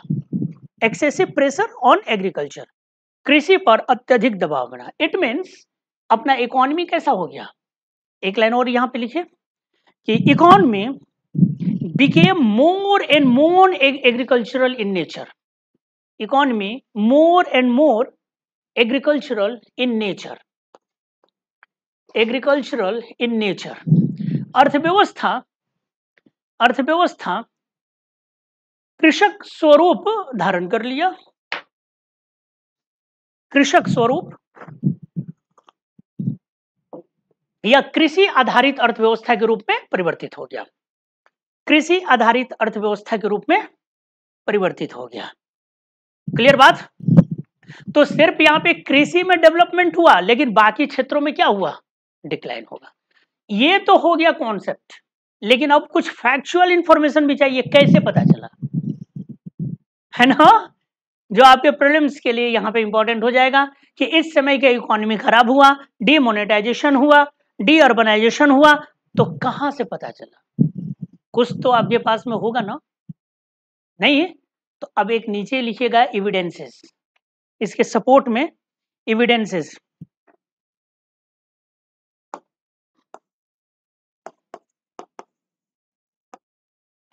यानी साक्ष्य, और साक्ष्य नंबर 1, एविडेंस है साक्ष्य नंबर 1। आप लोग फाहियान का नाम सुने हैं? कौन था? चीनी यात्री था। किसके समय में आया था? चंद्रगुप्त द्वितीय के समय में आया था।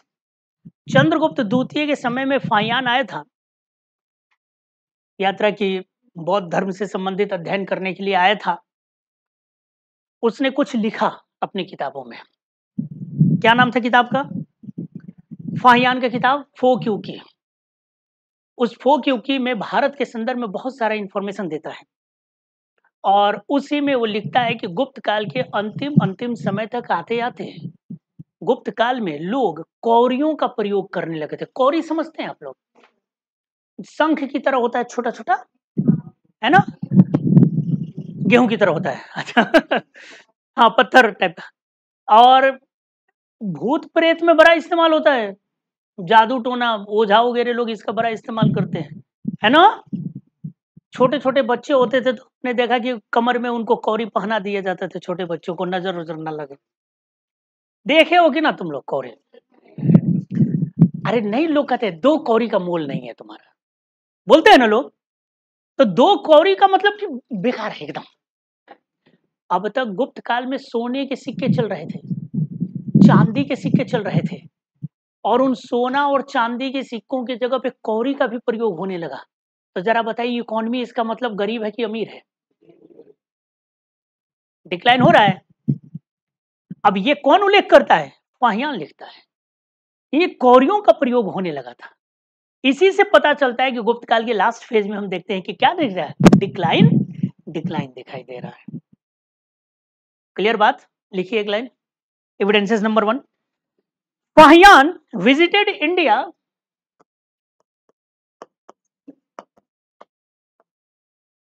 Fahian visited India during the reign of Chandragupta II.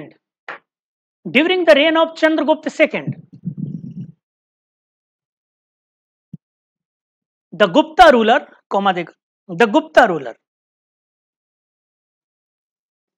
and had mentioned that people of Gupta period used cowries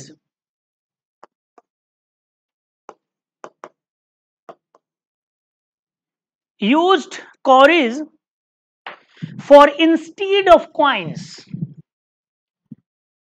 Used cowries for instead of coins for day-to-day transaction. For day-to-day transaction. For day-to-day transaction.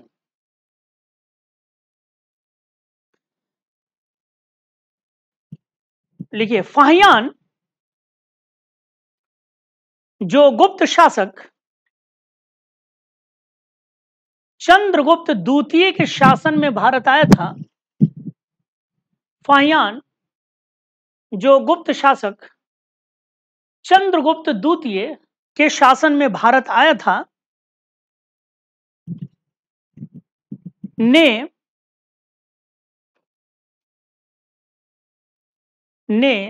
दिन प्रतिदिन लेन then के लिए दिन प्रतिदिन के लेन then के लिए सिक्कों के स्थान पर कौरियों का उल्लेख करता है। सिक्कों के स्थान पर कौरियों का उल्लेख करता है। ठीक बात है? तो ये हो गया क्या? ये फैक्ट हो गया। अब तक हमने आपसे चर्चा क्या किया? कॉन्सेप्ट चर्चा किया। तो फैक्ट और कॉन्सेप्ट जब आपस में मिलते हैं ना, तब इतिहास बनता है। क्लियर है? खाली हम लोग माने इतिहास तभी होगा जब उसके बारे में प्रमाण होगा। खाली कह देने से काम नहीं चलेगा। हमने कह दिया डीमोनेटाइजेशन हो गया, डी अर्बनाइजेशन हो गया, नहीं, बताना पड़ेगा ना कैसे। क्लियर है? तो हमें उस समय की ये जानकारी देता है। अब देखिए, फाहियान कब आ रहा है? चंद्रगुप्त द्वितीय के समय में। माने चंद्रगुप्त द्वितीय के समय में आप समझ सकते हैं कि वो अभी भी मजबूत शासक है। नहीं, लेकिन यहाँ से जाता है, जाने के बाद में लिखता है। इसके बड़ा इंटरेस्टिंग कहानी भी है फाहियान के संदर्भ में। आप लोगों को एक बार कहा जाता है, कहते हैं लोग फाहियान के बारे में कि एक नदी की यात्रा कर रहा था, नाव वगैरह का कॉन्सेप्ट था ही, उस पे और भी बहुत सारे लोग बैठे थे। अचानक समुद्री तूफान आ गया। नहीं, आप देखे होंगे नदी वदी में भवंडर टाइप कहा जाता है। सब लोग नाव के घबरा गए कि भाई अब क्या होगा। उसी पर ये फाहियान भी था और कुछ ब्राह्मण देवता भी थे। तो लोगों ने कहा कि हे भगवान, ये क्या हो रहा है। तो ब्राह्मण देवता ने कहा कि समुद्र देव नाराज हो गए हैं। तो लोगों ने पूछा, हे ब्राह्मण देवता, समुद्र देव नाराज क्यों हुए हैं। बोला, कैसे नहीं होते, इस नाव पे एक अलग टाइप का प्राणी जो बैठा है। अब फाहियान चीन का था तो हम लोगों से अलग दिखेगा, लेकिन अब इतना लंबा समय रहा है वो भारत में कि वो समझ सकता था। मन ही मन सोच रहा है कि बताओ यार, मैं अलग टाइप का प्राणी हूं। लोगों ने कहा कि ब्राह्मण देवता उपाय क्या है।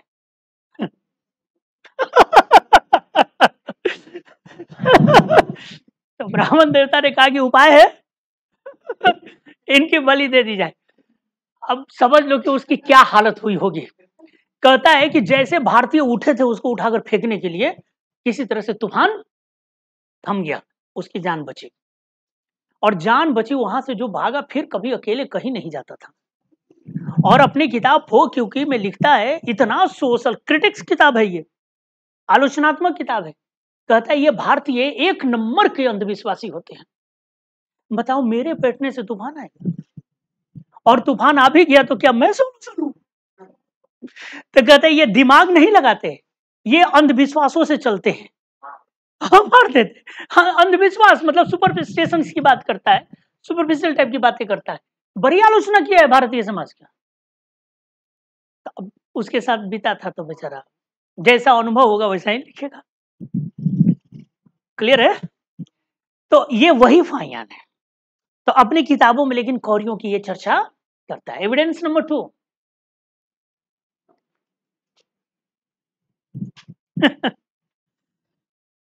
एक वेनसांग का नाम सुने होंगे। ये किसके समय में, ये हर्षवर्धन। नाम से एकदम क्लियर होता है, एच से वेनसांग, एच से हर्षवर्धन। नहीं, हाँ, तो वेनसांग आता है।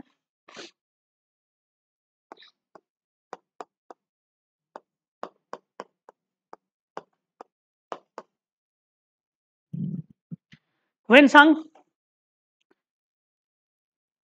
देखिए, Xuanzang visited India during the reign of Harshvardhan,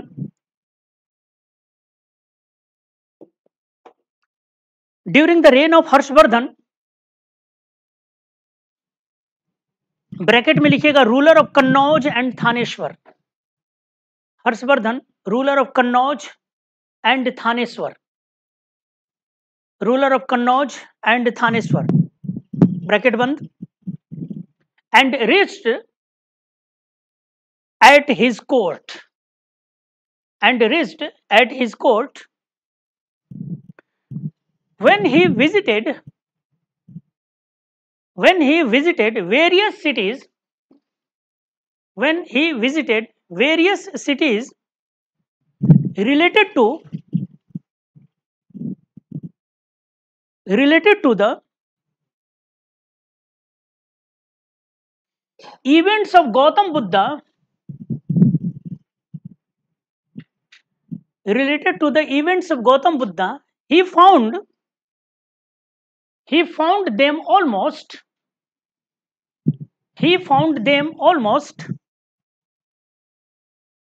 dilapidated, DILAPEDATE,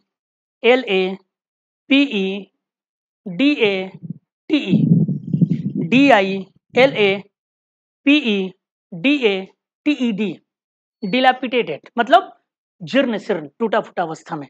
dilapidated condition, dilapidated condition Hindi में। वेनसांग जिसने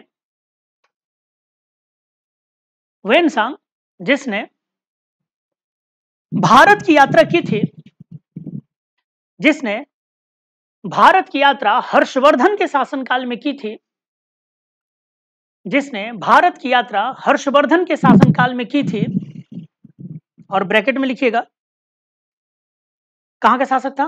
कन्नौज और थानेश्वर का, ब्रैकेट में लिख लीजिएगा, कन्नौज और थानेश्वर का शासक था। हाँ नहीं, असल में पुष्यभूति डायनेस्टी हुआ करता था, तो पुष्यभूति डायनेस्टी का जो कैपिटल है वो थानेश्वर था पहले। बाद में इसने क्या किया कि थानेश्वर को ट्रांसफर करके कन्नौज लेकर चला गया, तो इसी कारण इसको कहा जाता है कि कन्नौज का भी शासक है और थानेश्वर का भी शासक है। इसने अपनी कैपिटल शिफ्ट किया था, तो कन्नौज और थानेश्वर का शासक था, और उसके दरबार में पहुंचा, और उसके दरबार में पहुंचा जब वह गौतम बुद्ध से संबंधित, गौतम बुद्ध के घटनाओं से संबंधित, गौतम बुद्ध के घटनाओं से संबंधित स्थलों की यात्रा की, घटनाओं से संबंधित स्थलों की यात्रा की, तो उसने अधिकतर स्थलों को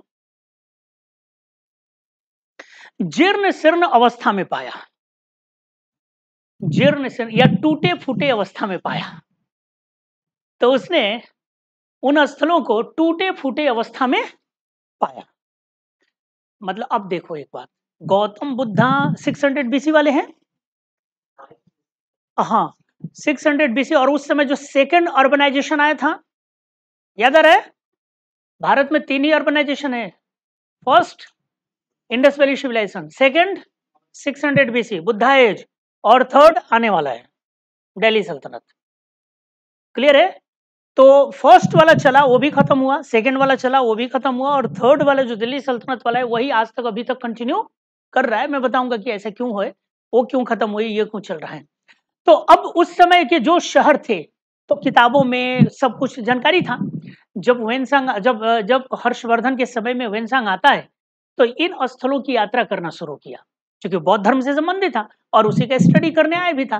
तो देखा कि जो गौतम बुद्ध के समय में बड़ा फेमस साइट था, उनमें से मैक्सिमम साइट एकदम क्या हो चुके थे, बेकार हो चुके थे, यानी शहर का कैरेक्टर खत्म हो चुका था। तो बताइए ये डी अर्बनाइजेशन की ओर ले जा रहा है कि नहीं?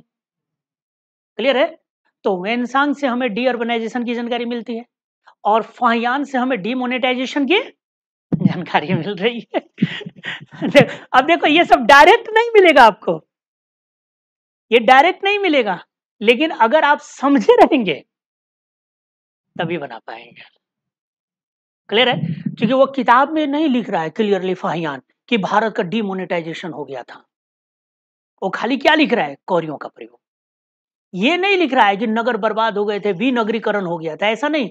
ये कहा कि नगर बर्बाद मिले हमें, इसका मतलब किधर इशारा कर रहा है, डीअर्बनाइजेशन की तरफ। आ रही बात समझ में? Point number 3,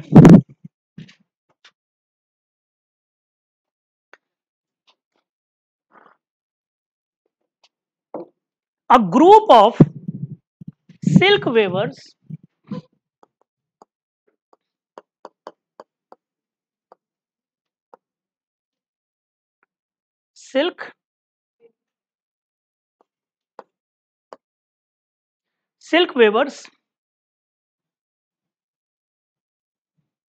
a group of silk weavers migrated from Lat region,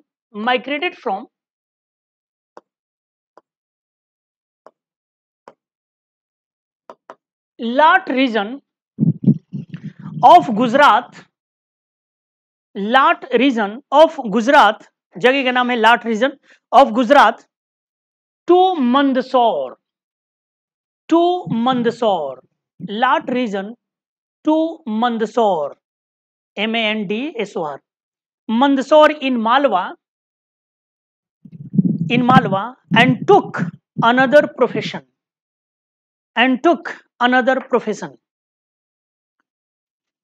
रेशम बुनकरों का एक दल गुजरात के लाट क्षेत्र को छोड़कर रेशम बुनकरों का एक दल गुजरात के लाट क्षेत्र को छोड़कर लाट लाट लाट हाँ, लाट रीजन ऑफ गुजरात, लाट क्षेत्र को छोड़कर मालवा में मंदसौर चला गया। मतलब जो गुजरात का लाट क्षेत्र था ना, वहां पे रेशम का काम खूब होता था। अब इस कारण से, अब इसके एक बात बताओ यहाँ कि एक इलाके के जैसे यहाँ के लोग हैं, ठीक है, मान लो कि जैसे यहाँ पे बलिया में कोचिंग संस्थान है ना, सरकार का कुछ हो जाए या कुछ ऐसा हो जाए कि यहाँ से जितने कोचिंग संस्थान है बलिया से हट जाए, क्लियर है, और यहाँ से हटकर दूसरे जगह ही नहीं जाए बल्कि वहां पे जाकर कोई प्रोफेशन अलग को चुन लिया जाए, तो इसका सीधा सीधा मतलब हो गया ना कि बलिया में एजुकेशन का डिक्लाइन हो गया। क्लियर है। तो ये रेशम बुनकरों का जो लोग थे, जो गुजरात के इलाके में बड़ा प्रोमिनेंट थे ये लोग, इसी कारण जहां ये लोग रहते थे ना, इस पूरे इलाके को लाट रीजन कह दिया जाता था, रेशम बुनकरों के क्षेत्र को। तो ये वहां से मूव कर गए और मंदसौर गए, और मंदसौर जाकर ये रेशम बुनने का काम ही छोड़ दिया, कोई और प्रोफेशन अपना लिया। तो जरा बताइए, ट्रेड में डिक्लाइन दिखा रहा है कि नहीं,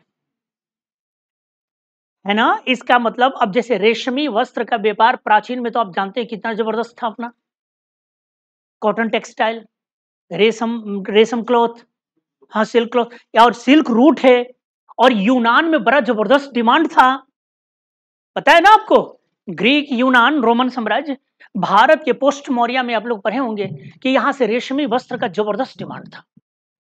प्लिनी जो वहां का है वो रोता है बेचारा और कहता है कि 55 करोड़ सिस्टर्स का नुकसान हो रहा है भारत से व्यापार करके। यूनान हर साल 55 करोड़ सिस्टर्स को नुकसान पहुंचा रहा है, ऐसा कहता है प्लिनी, जो मोटे मोटे आंसू बहाता है, और कहता है, यूनानी सरकार को कहता है कि बहुत बेवकूफ सरकार है, बताओ भारत सरकार से ऐसा करना चाहिए, मैंने भारत के साथ व्यापार नहीं करना चाहिए क्योंकि हमें नुकसान हो रहा है। और हम क्या करते थे, रेशमी वस्त्र भेजते थे, मंगाते क्या थे, सोना चांदी हीरे जवाहरात। कौन चला, पोस्ट मौर्य में आप जब देखेंगे एक्सपोर्ट इंपोर्ट, तो आपकी आंखें खुली की खुली रह जाएंगे, आप ताजुब करेंगे कि प्राचीन काल की विरासतें इतनी शानदार है जिसका कोई हिसाब नहीं। सोने की चिड़िया हम ऐसा ही नहीं थे, आ रही है बात समझ में, सुने हो ना, कहते हैं ना भारत के बारे में, जहां डाल डाल पे सोने की चिड़िया करती हो बसेरा, वो भारत देश है मेरा। ये ऐसे ही गाना नहीं बन गया, हर चीज के पीछे कुछ ना कुछ कारण है। पोस्ट मौर्य पीरियड में हमारी इकोनॉमी बहुत शानदार थे, वर्ल्ड इकोनॉमी के नियर अबाउट 33-34% कंट्रीब्यूशन था वर्ल्ड इकोनॉमी का, 33-34% के आसपास पूरे विश्व के जीडीपी में अपना कंट्रीब्यूशन भारत का था। हम वो लोग थे, ये सब तो इतना, लेकिन हमें लूटा गया ना कि जिसका कोई हिसाब नहीं। पोस्ट मौर्य में भी विदेशी आक्रमण हुआ, हुरो का आक्रमण हुआ, फिर टर्क से आक्रमण हुआ, फिर पुर्तगाली आक्रमण किए, डच, फ्रांसीसी, अंग्रेज सब लूट लूट कर भारत को बहुत लूटे, फिर भी भारत भारत है। फिर इनके जाने के बाद में हमारे अपने लूटे, अभी भी लूट रहे हैं, फिर भी भारत भारत है ना। तो इसलिए अपनी विरासतें बड़ी शानदार रही है प्राचीन काल की। रेशमी वस्त्र जो हम बनाते थे, यूनान उसका मुकाबला नहीं कर पा रहा था, तो यूनान की सरकार ने रेशमी वस्त्र पे प्रतिबंध लगा दिया। आपको पता है क्यों, और क्या करे थे, कुछ बहाना बनाएगा ना, तो कहता है कि भारत के रेशमी वस्त्र इतने बारीक होते हैं कि 8 फोल्ड करके भी हमारी महिलाएं पहनती है तो उनका शरीर झलक जाता है, इसलिए नैतिकता के हिसाब से ठीक, उससे ज्यादा नंगे मुंगे रहते हैं सब। लेकिन अब भारतीय रेशमी वस्त्र पर बैन लगाना था तो कोई ना कोई बहाना तो चाहिए ना, और ये बहाना लगाकर रेशमी वस्त्र को बैन कर दिया। क्लियर है। नहीं तो उसी समय हम लोग तोता भेजते थे, हाथी दांत की वस्तुएं भेजते थे, और मंगाते थे सोना चांदी हीरे जवाहरात। हम लोग कम शौकीन भी नहीं थे, बहुत अच्छे खासे शौकीन थे। इसी पोस्ट मौर्य में और क्या मंगाते थे, मेडिटेरियन वाइन, भूमध्य सागरीय शराब, शराब मंगाते थे वहां से, विदेशी शराब पीने के लिए, मदिरा। और बताए, अब और हंसोगे तुम लोग, और तो और हम लोग रोमन डांसर मंगाते थे, मालूम है? इसी पोस्ट मौर्य काल में हम लोगों ने रोमन डांसर मंगाया। और हाँ, मंगाते थे, इसी पर गाना बना, ऐसे नहीं बन गया है रात भर डीजे बजाएंगे समथिंग समथिंग आगे। क्लियर है? वो भारत था अपना, कम नहीं थे। उसी का झलक मिला, अंबानी ने अपने बेटा के विवाह में बुला लिया। किसको? हाँ, पॉप स्टार। बड़ी खुश हुए होगे तुम लोग कि हम लोग विदेशियों को बुलाकर नचा दिए। चलो, ये सब लिखना उगना मत सब, ये मैं ऐसे हंसने के लिए बोला हूं। तो यानी मैं एक बात समझाने का प्रयास कर रहा था, आपके दिमाग में डालने का प्रयास कर रहा था कि प्राचीन काल की विरासतें अपनी बहुत शानदार थे।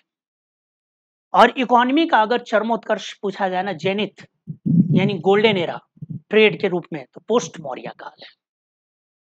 पोस्ट मौर्य काल के बाद में डिक्लाइन करता है।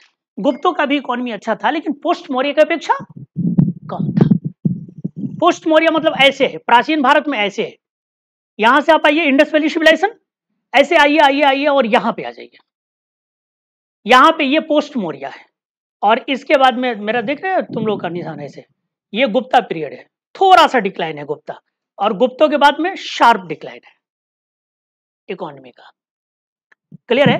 और तब फिर यहां से टर्क्स आते हैं, और टर्क्स आएंगे तो ऐसे, और एकदम यहां पे दिल्ली सल्तनत, और दिल्ली सल्तनत के बाद में ये इस तरह से बढ़ते हुए और ऐसे चला जाएगा। ठीक है, आईएएस का क्वेश्चन यहां से बनता है, कौन किसको मारा, कौन किसको हराया, है ना, किसने किसकी बेटी से विवाह किया, कोई क्वेश्चन नहीं होगा। आ रही है बात समझ में? ये एनालिटिकल पावर आपके पास होनी चाहिए, खाली घटनाओं को नहीं पढ़ना है, उसका बढ़िया से एनालिसिस करना है, तब काम बनेगा। ठीक है, लिख लिए थे हिंदी में, बुनकरों का मालवा, मालवा में मंदसौर क्या चले गए, मंदसौर चले गए, और वहां एक अलग व्यवसाय अपना लिए, और वहां एक अलग व्यवसाय अपना लिए।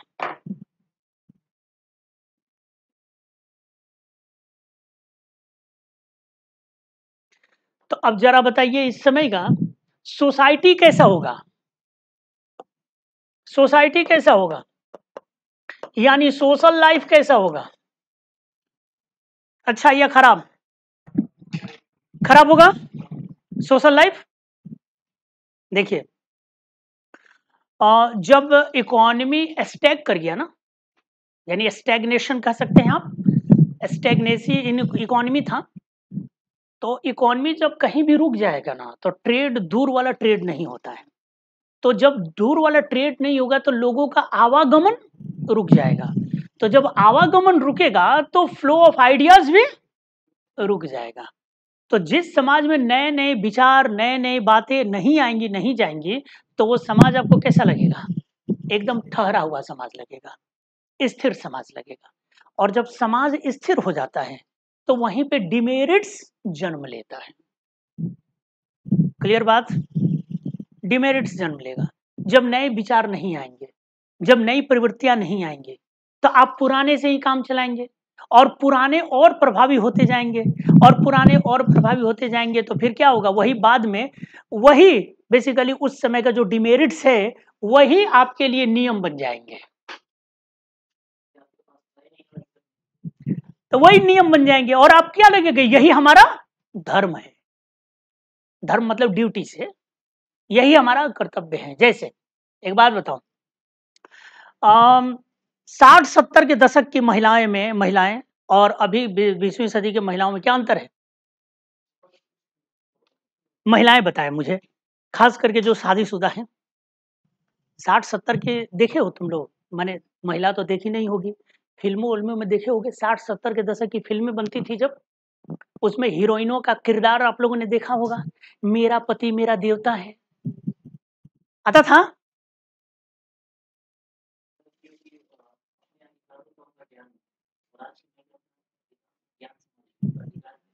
तो हाँ, तो अधिकारों का ज्ञान है, तो ज्ञान है तो अब क्या करती हैं आप? क्रांति नहीं, पहले कहता था देखो तुम माँ हो, तुम्हारा काम है बच्चों को पालना, तो बोलते थे हाँ हाँ बिल्कुल बिल्कुल माँ हूं मैं। अब कहते तुम माँ हो, तो वो पूछते तुम कौन हो, तुम कौन हो, तो बोला पिता, तो बोला बराबर का अधिकार तुम्हारा, खाली मैं ही क्यों, अरे बात समझ में। तो कहेगी तो मैं तो दिन भर ड्यूटी से आ रहा, तो मैं क्या करती हूँ दिन भर, खाना बना रही हूँ, कपड़ा साफ कर रही हूँ, सारा काम मैं कर रही हूँ, जितना तुम बाहर काम कर रहे हो उतना मैं भी कर रही हूँ। तो रात जब तुम नहीं थे तो बच्चा को मैं खिलाई, अब तुम खिलाओ। ये वुमेन एम्पावरमेंट है, महिला सशक्तिकरण है। क्लियर है। और ये क्यों आया, एजुकेशन, जागरूकता, कॉन्शियसनेस के कारण। क्लियर बात। पहले क्या था ना, पहले ये मुकद्दर समझ ली थी, अपना किस्मत समझ ली थी। अब किस्मत उस्मत नहीं है, अधिकार है। ठीक है। एक गरीब गरीब क्यों रहता है, जब आप सोच लीजिएगा कि नहीं नहीं मेरे तो क्या भाग्य में ही यही लिखा है, मेरा तो जन्म ही हुआ है मालिक की सेवा करने के लिए, वो कभी आजाद नहीं हो सकता। इसी को कहते हैं हम मानसिक गुलाम। अगर एक व्यक्ति अगर ये मान लिया है कि मेरा तो जन्म ही हुआ है अपने मालिक की सेवा करने के लिए, कभी वो मालिक बनेगा नहीं ना। ये सब ओपन होगा, और ये सब आपको इंटरेस्टिंग बात बताऊं कि इस समय अच्छी खासी स्थिति में थी। ठीक है। लेकिन यहां पे हम देखते हैं कि स्टैग किया, और स्टैग किया तो इसका असर महिलाओं पे भी पड़ा, और नई नई कुरीतियां इस समय जन्म ली। पहले से भी थी, लेकिन यहां पे क्या हो गया, डोमिनेंसी बढ़ गई उसके। जैसे सती प्रथा एकदम बड़ी कठोरता से लागू किया जाएगा, विधवाओं को विवाह नहीं करने दिया जाएगा, बाल विवाह होने लगेगा, ऊंच नीच बड़ी मतलब बहुत मतलब बाई फोर्सली लागू कर दिया जाएगा, छुआछूत अनटचेबिलिटी एकदम खूब प्रचलन में आ जाएगा। अब इन सब चीजों के कारण हम समाज को प्रोग्रेसिव कहेंगे नहीं, तो सोसाइटी के लेवल पे भी हम देखते हैं तो ये बेसिकली डार्क एज की तरफ हमें दिखाई देता है। आ रही है बात समझ में। तो पैराग्राफ चेंज कीजिएगा, या इसी में लिखिए, सोसाइटी आपने हेडिंग डाला है क्या, लिखिएगा because of economic stagnancy, because of economic because of economic stagnancy, stagnancy, stagnancy and absence of flow of new ideas, and absence of flow of new ideas, pre-medieval society also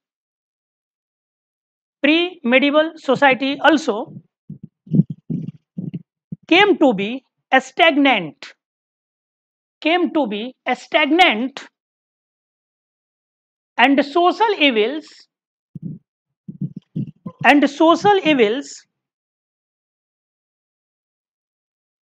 started, and social evils started।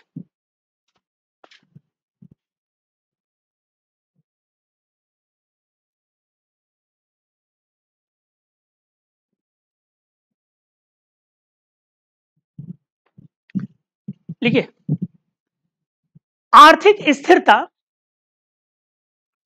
और नए विचारों के प्रवाह के अभाव में, आर्थिक स्थिरता और नए विचारों के प्रवाह के अभाव में पूर्व मध्यकालीन समाज भी स्थिर हो गया, और सामाजिक कुरीतियां अपना जड़ें जमाने लगी,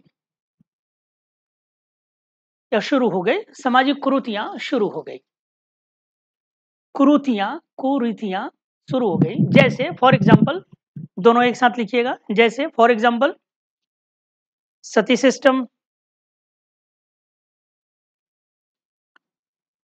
कॉमा दे देकर, चाइल्ड मैरिजेज, पर्दा सिस्टम या वेल, VEIL, पर्दा को पर्दा भी आप लिख सकते हैं, पर्दा सिस्टम, घूंघट वाला पर्दा सिस्टम,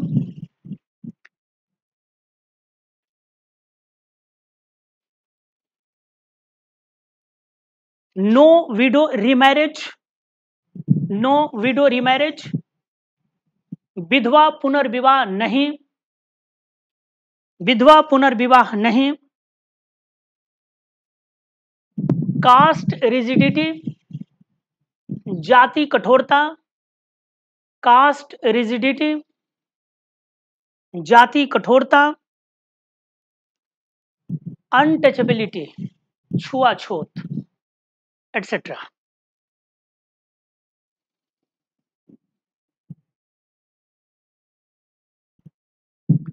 एटसेट्रा। तो अब जरा देखिए यहाँ पे अब तक जो हमने कंडीशन देखा वो बहुत बढ़िया कंडीशन बन चुका है कि ना किसी भी विदेशी को आने के लिए बन चुका है, क्योंकि पॉलिटिकल फ्रेगमेंटेड है हम, क्लियर है, और पॉलिटिकल फ्रेगमेंटेड है, साथ ही एक तो पॉलिटिकल व्यवस्था हमारा खराब है, दूसरा इकोनॉमिकली भी हम वीक हैं। क्यों? डिमोनेटाइजेशन है, डीअर्बनाइजेशन है, लॉन्ग रूट ट्रेड हमारा डिक्लाइन कर गया है, तो इकोनॉमिकल भी हम साउंड नहीं है, पॉलिटिकली भी हम साउंड नहीं है, और तो और सोशली भी हम बेहतर नहीं है। और सोशली में सबसे ज्यादा हमको नुकसान जानते हो कौन पहुंचाया? अनटचेबिलिटी, छुआछूत। ऐसा मत कहना कि हमारे रूलर्स मजबूत नहीं थे, बहुत ताकतवर थे। जो राजपूत रूलर्स हैं इनमें योद्धापन की कमी नहीं थी, बस अगर कमी था तो सिर्फ लैक ऑफ यूनिटी की, क्लियर है, यानी एकता की कमी थी। और हमारा सोशल स्ट्रक्चर खराब था। सोशल स्ट्रक्चर कैसे खराब था? जैसे मान लो यह एक आर्मी है और यह एक आर्मी है, ये टर्क्स है और ये राजपूत रूलर की आर्मी है, ठीक है, और यहां पे ये सब कौन है? सैनिक हैं। देखिएगा एक बात समझिएगा आप लोग, और ये भी सब कौन है? सैनिक। जब दोनों में युद्ध होगा तो अब ये सैनिक, कोई इसमें ब्राह्मण है, कोई क्षत्रिय है, कोई वैश्य है, कोई शूद्र है, क्योंकि इस समय तक आते आते, हालांकि कौटिल्य ही पहली बार अलाउ कर दिए कि अगर आपके अंदर टैलेंट है तो शूद्र भी सेना में शामिल हो सकता है, तो इसलिए इस समय तक आते आते आर्मी में सब हैं, ब्राह्मण भी हैं, क्षत्रिय भी हैं, वैश्य भी हैं और प्लस शूद्र भी हैं, सब सैनिक हैं, सब अपने राज्य के लिए लड़ना है। लेकिन जब हम सोशल स्ट्रक्चर पर ध्यान देते हैं तो कुछ गड़बड़ हो जाता है। जैसे ये पूरी आर्मी बटालियन है, खाने की व्यवस्था तो होगा ना, खाना तो बनेगा सैनिकों के लिए, खाना कौन बनाएगा? कौन बनाएगा?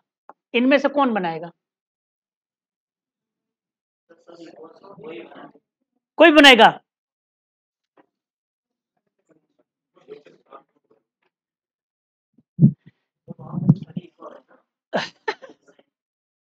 जब अनटचेबिलिटी है, अगर शुद्र खाना बनाएगा तो ये लोग तो मान भी लेंगे, तो ये नहीं खाएंगे। यानी अगर ये खाना बनाते हैं तो इनके बनाए हुए ये भी खा लेंगे, ये भी खा लेंगे और ये भी खा लेंगे। आज भी गांव में तुम देखना, ज्यादातर जो गांव में आपस में मिलकर शादियां होती हैं गांव के लोग, तो रसोईया ज्यादातर ब्राह्मण ब्राह्मण मिलेंगे, वही बनाएंगे, क्योंकि उनका बनाया हुआ कोई भी खा लेगा। है, कम है, बहुत कम है ना, समाप्त नहीं है। अरे समाप्त नहीं है, मैं अपने गांव में खुद देखता हूं।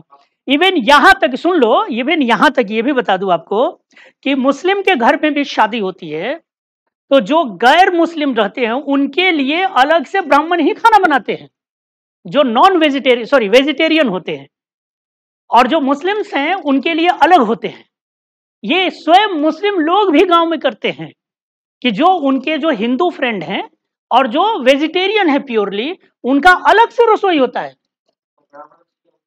आओ ब्राह्मण रहते हैं। और वो ब्राह्मण, इसलिए देखो ऐसा नियम नहीं है, लेकिन इसलिए कर लिया जाता है कि चूंकि उनका बनाया हुआ कोई खा लेगा।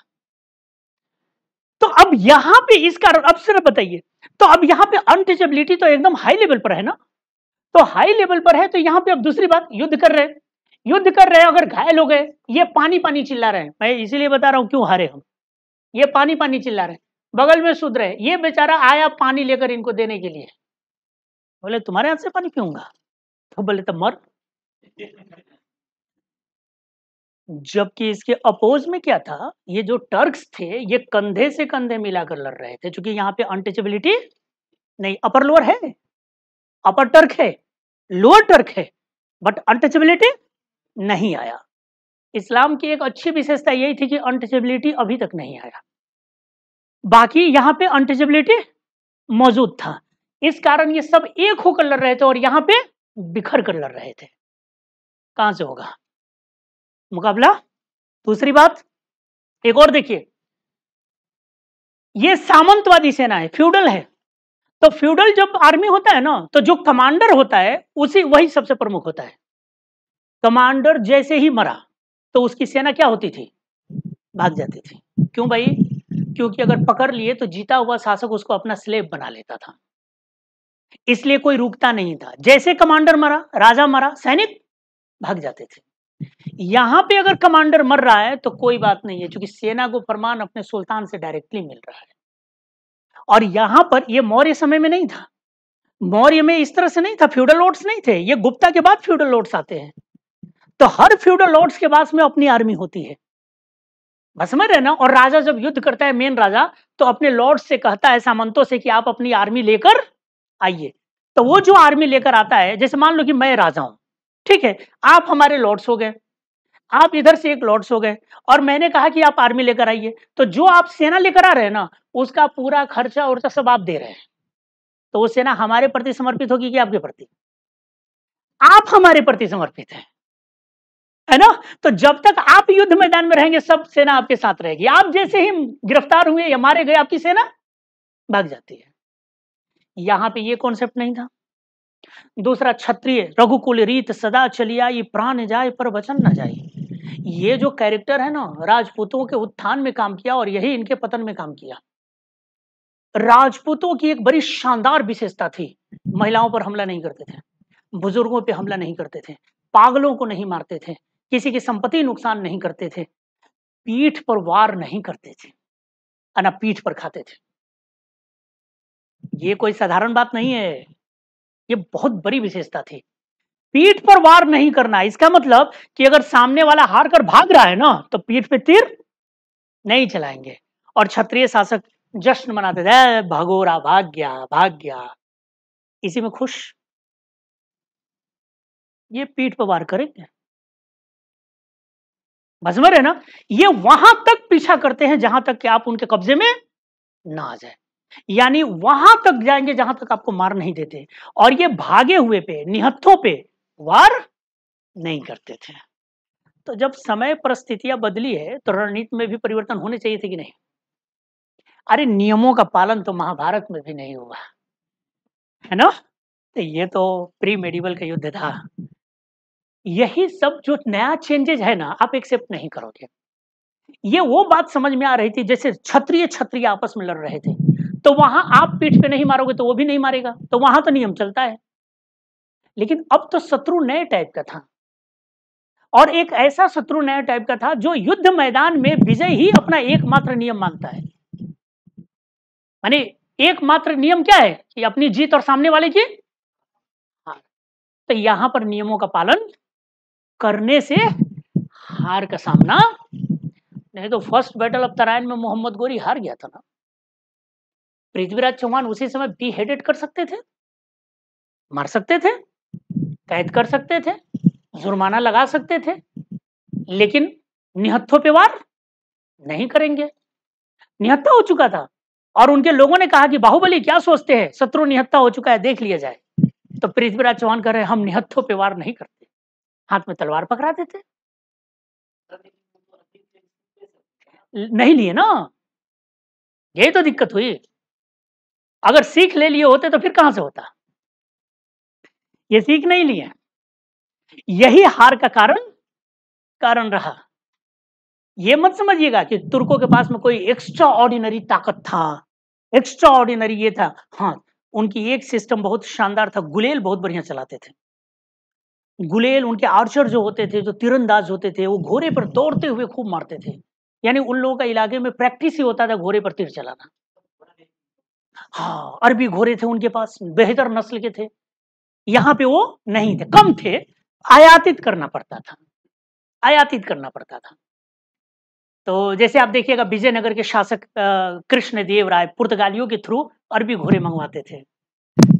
तो वो नस्ल तो घोड़ा ये सब ये भी था, लेकिन उससे ज्यादा मुझे लगता है कि अपनी कमियां भी थी हार का। आ रही है बात समझ में?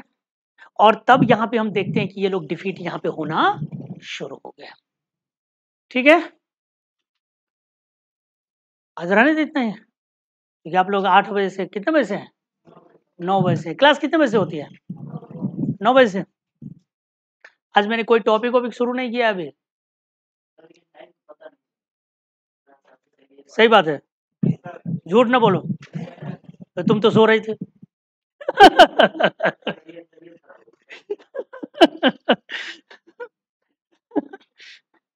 तो कल हम लोग, आज चूंकि आप लोग भी थके हैं, कल हम यहीं से उठाएंगे इसको, मतलब आगमन इनका लेंगे, और एक थोड़ा सा कॉन्सेप्ट और समझा देंगे कि कैसे यहाँ पे थर्ड नगरीकरण, यानी जो तृतीय नगरीकरण हुआ वो कैसे आया।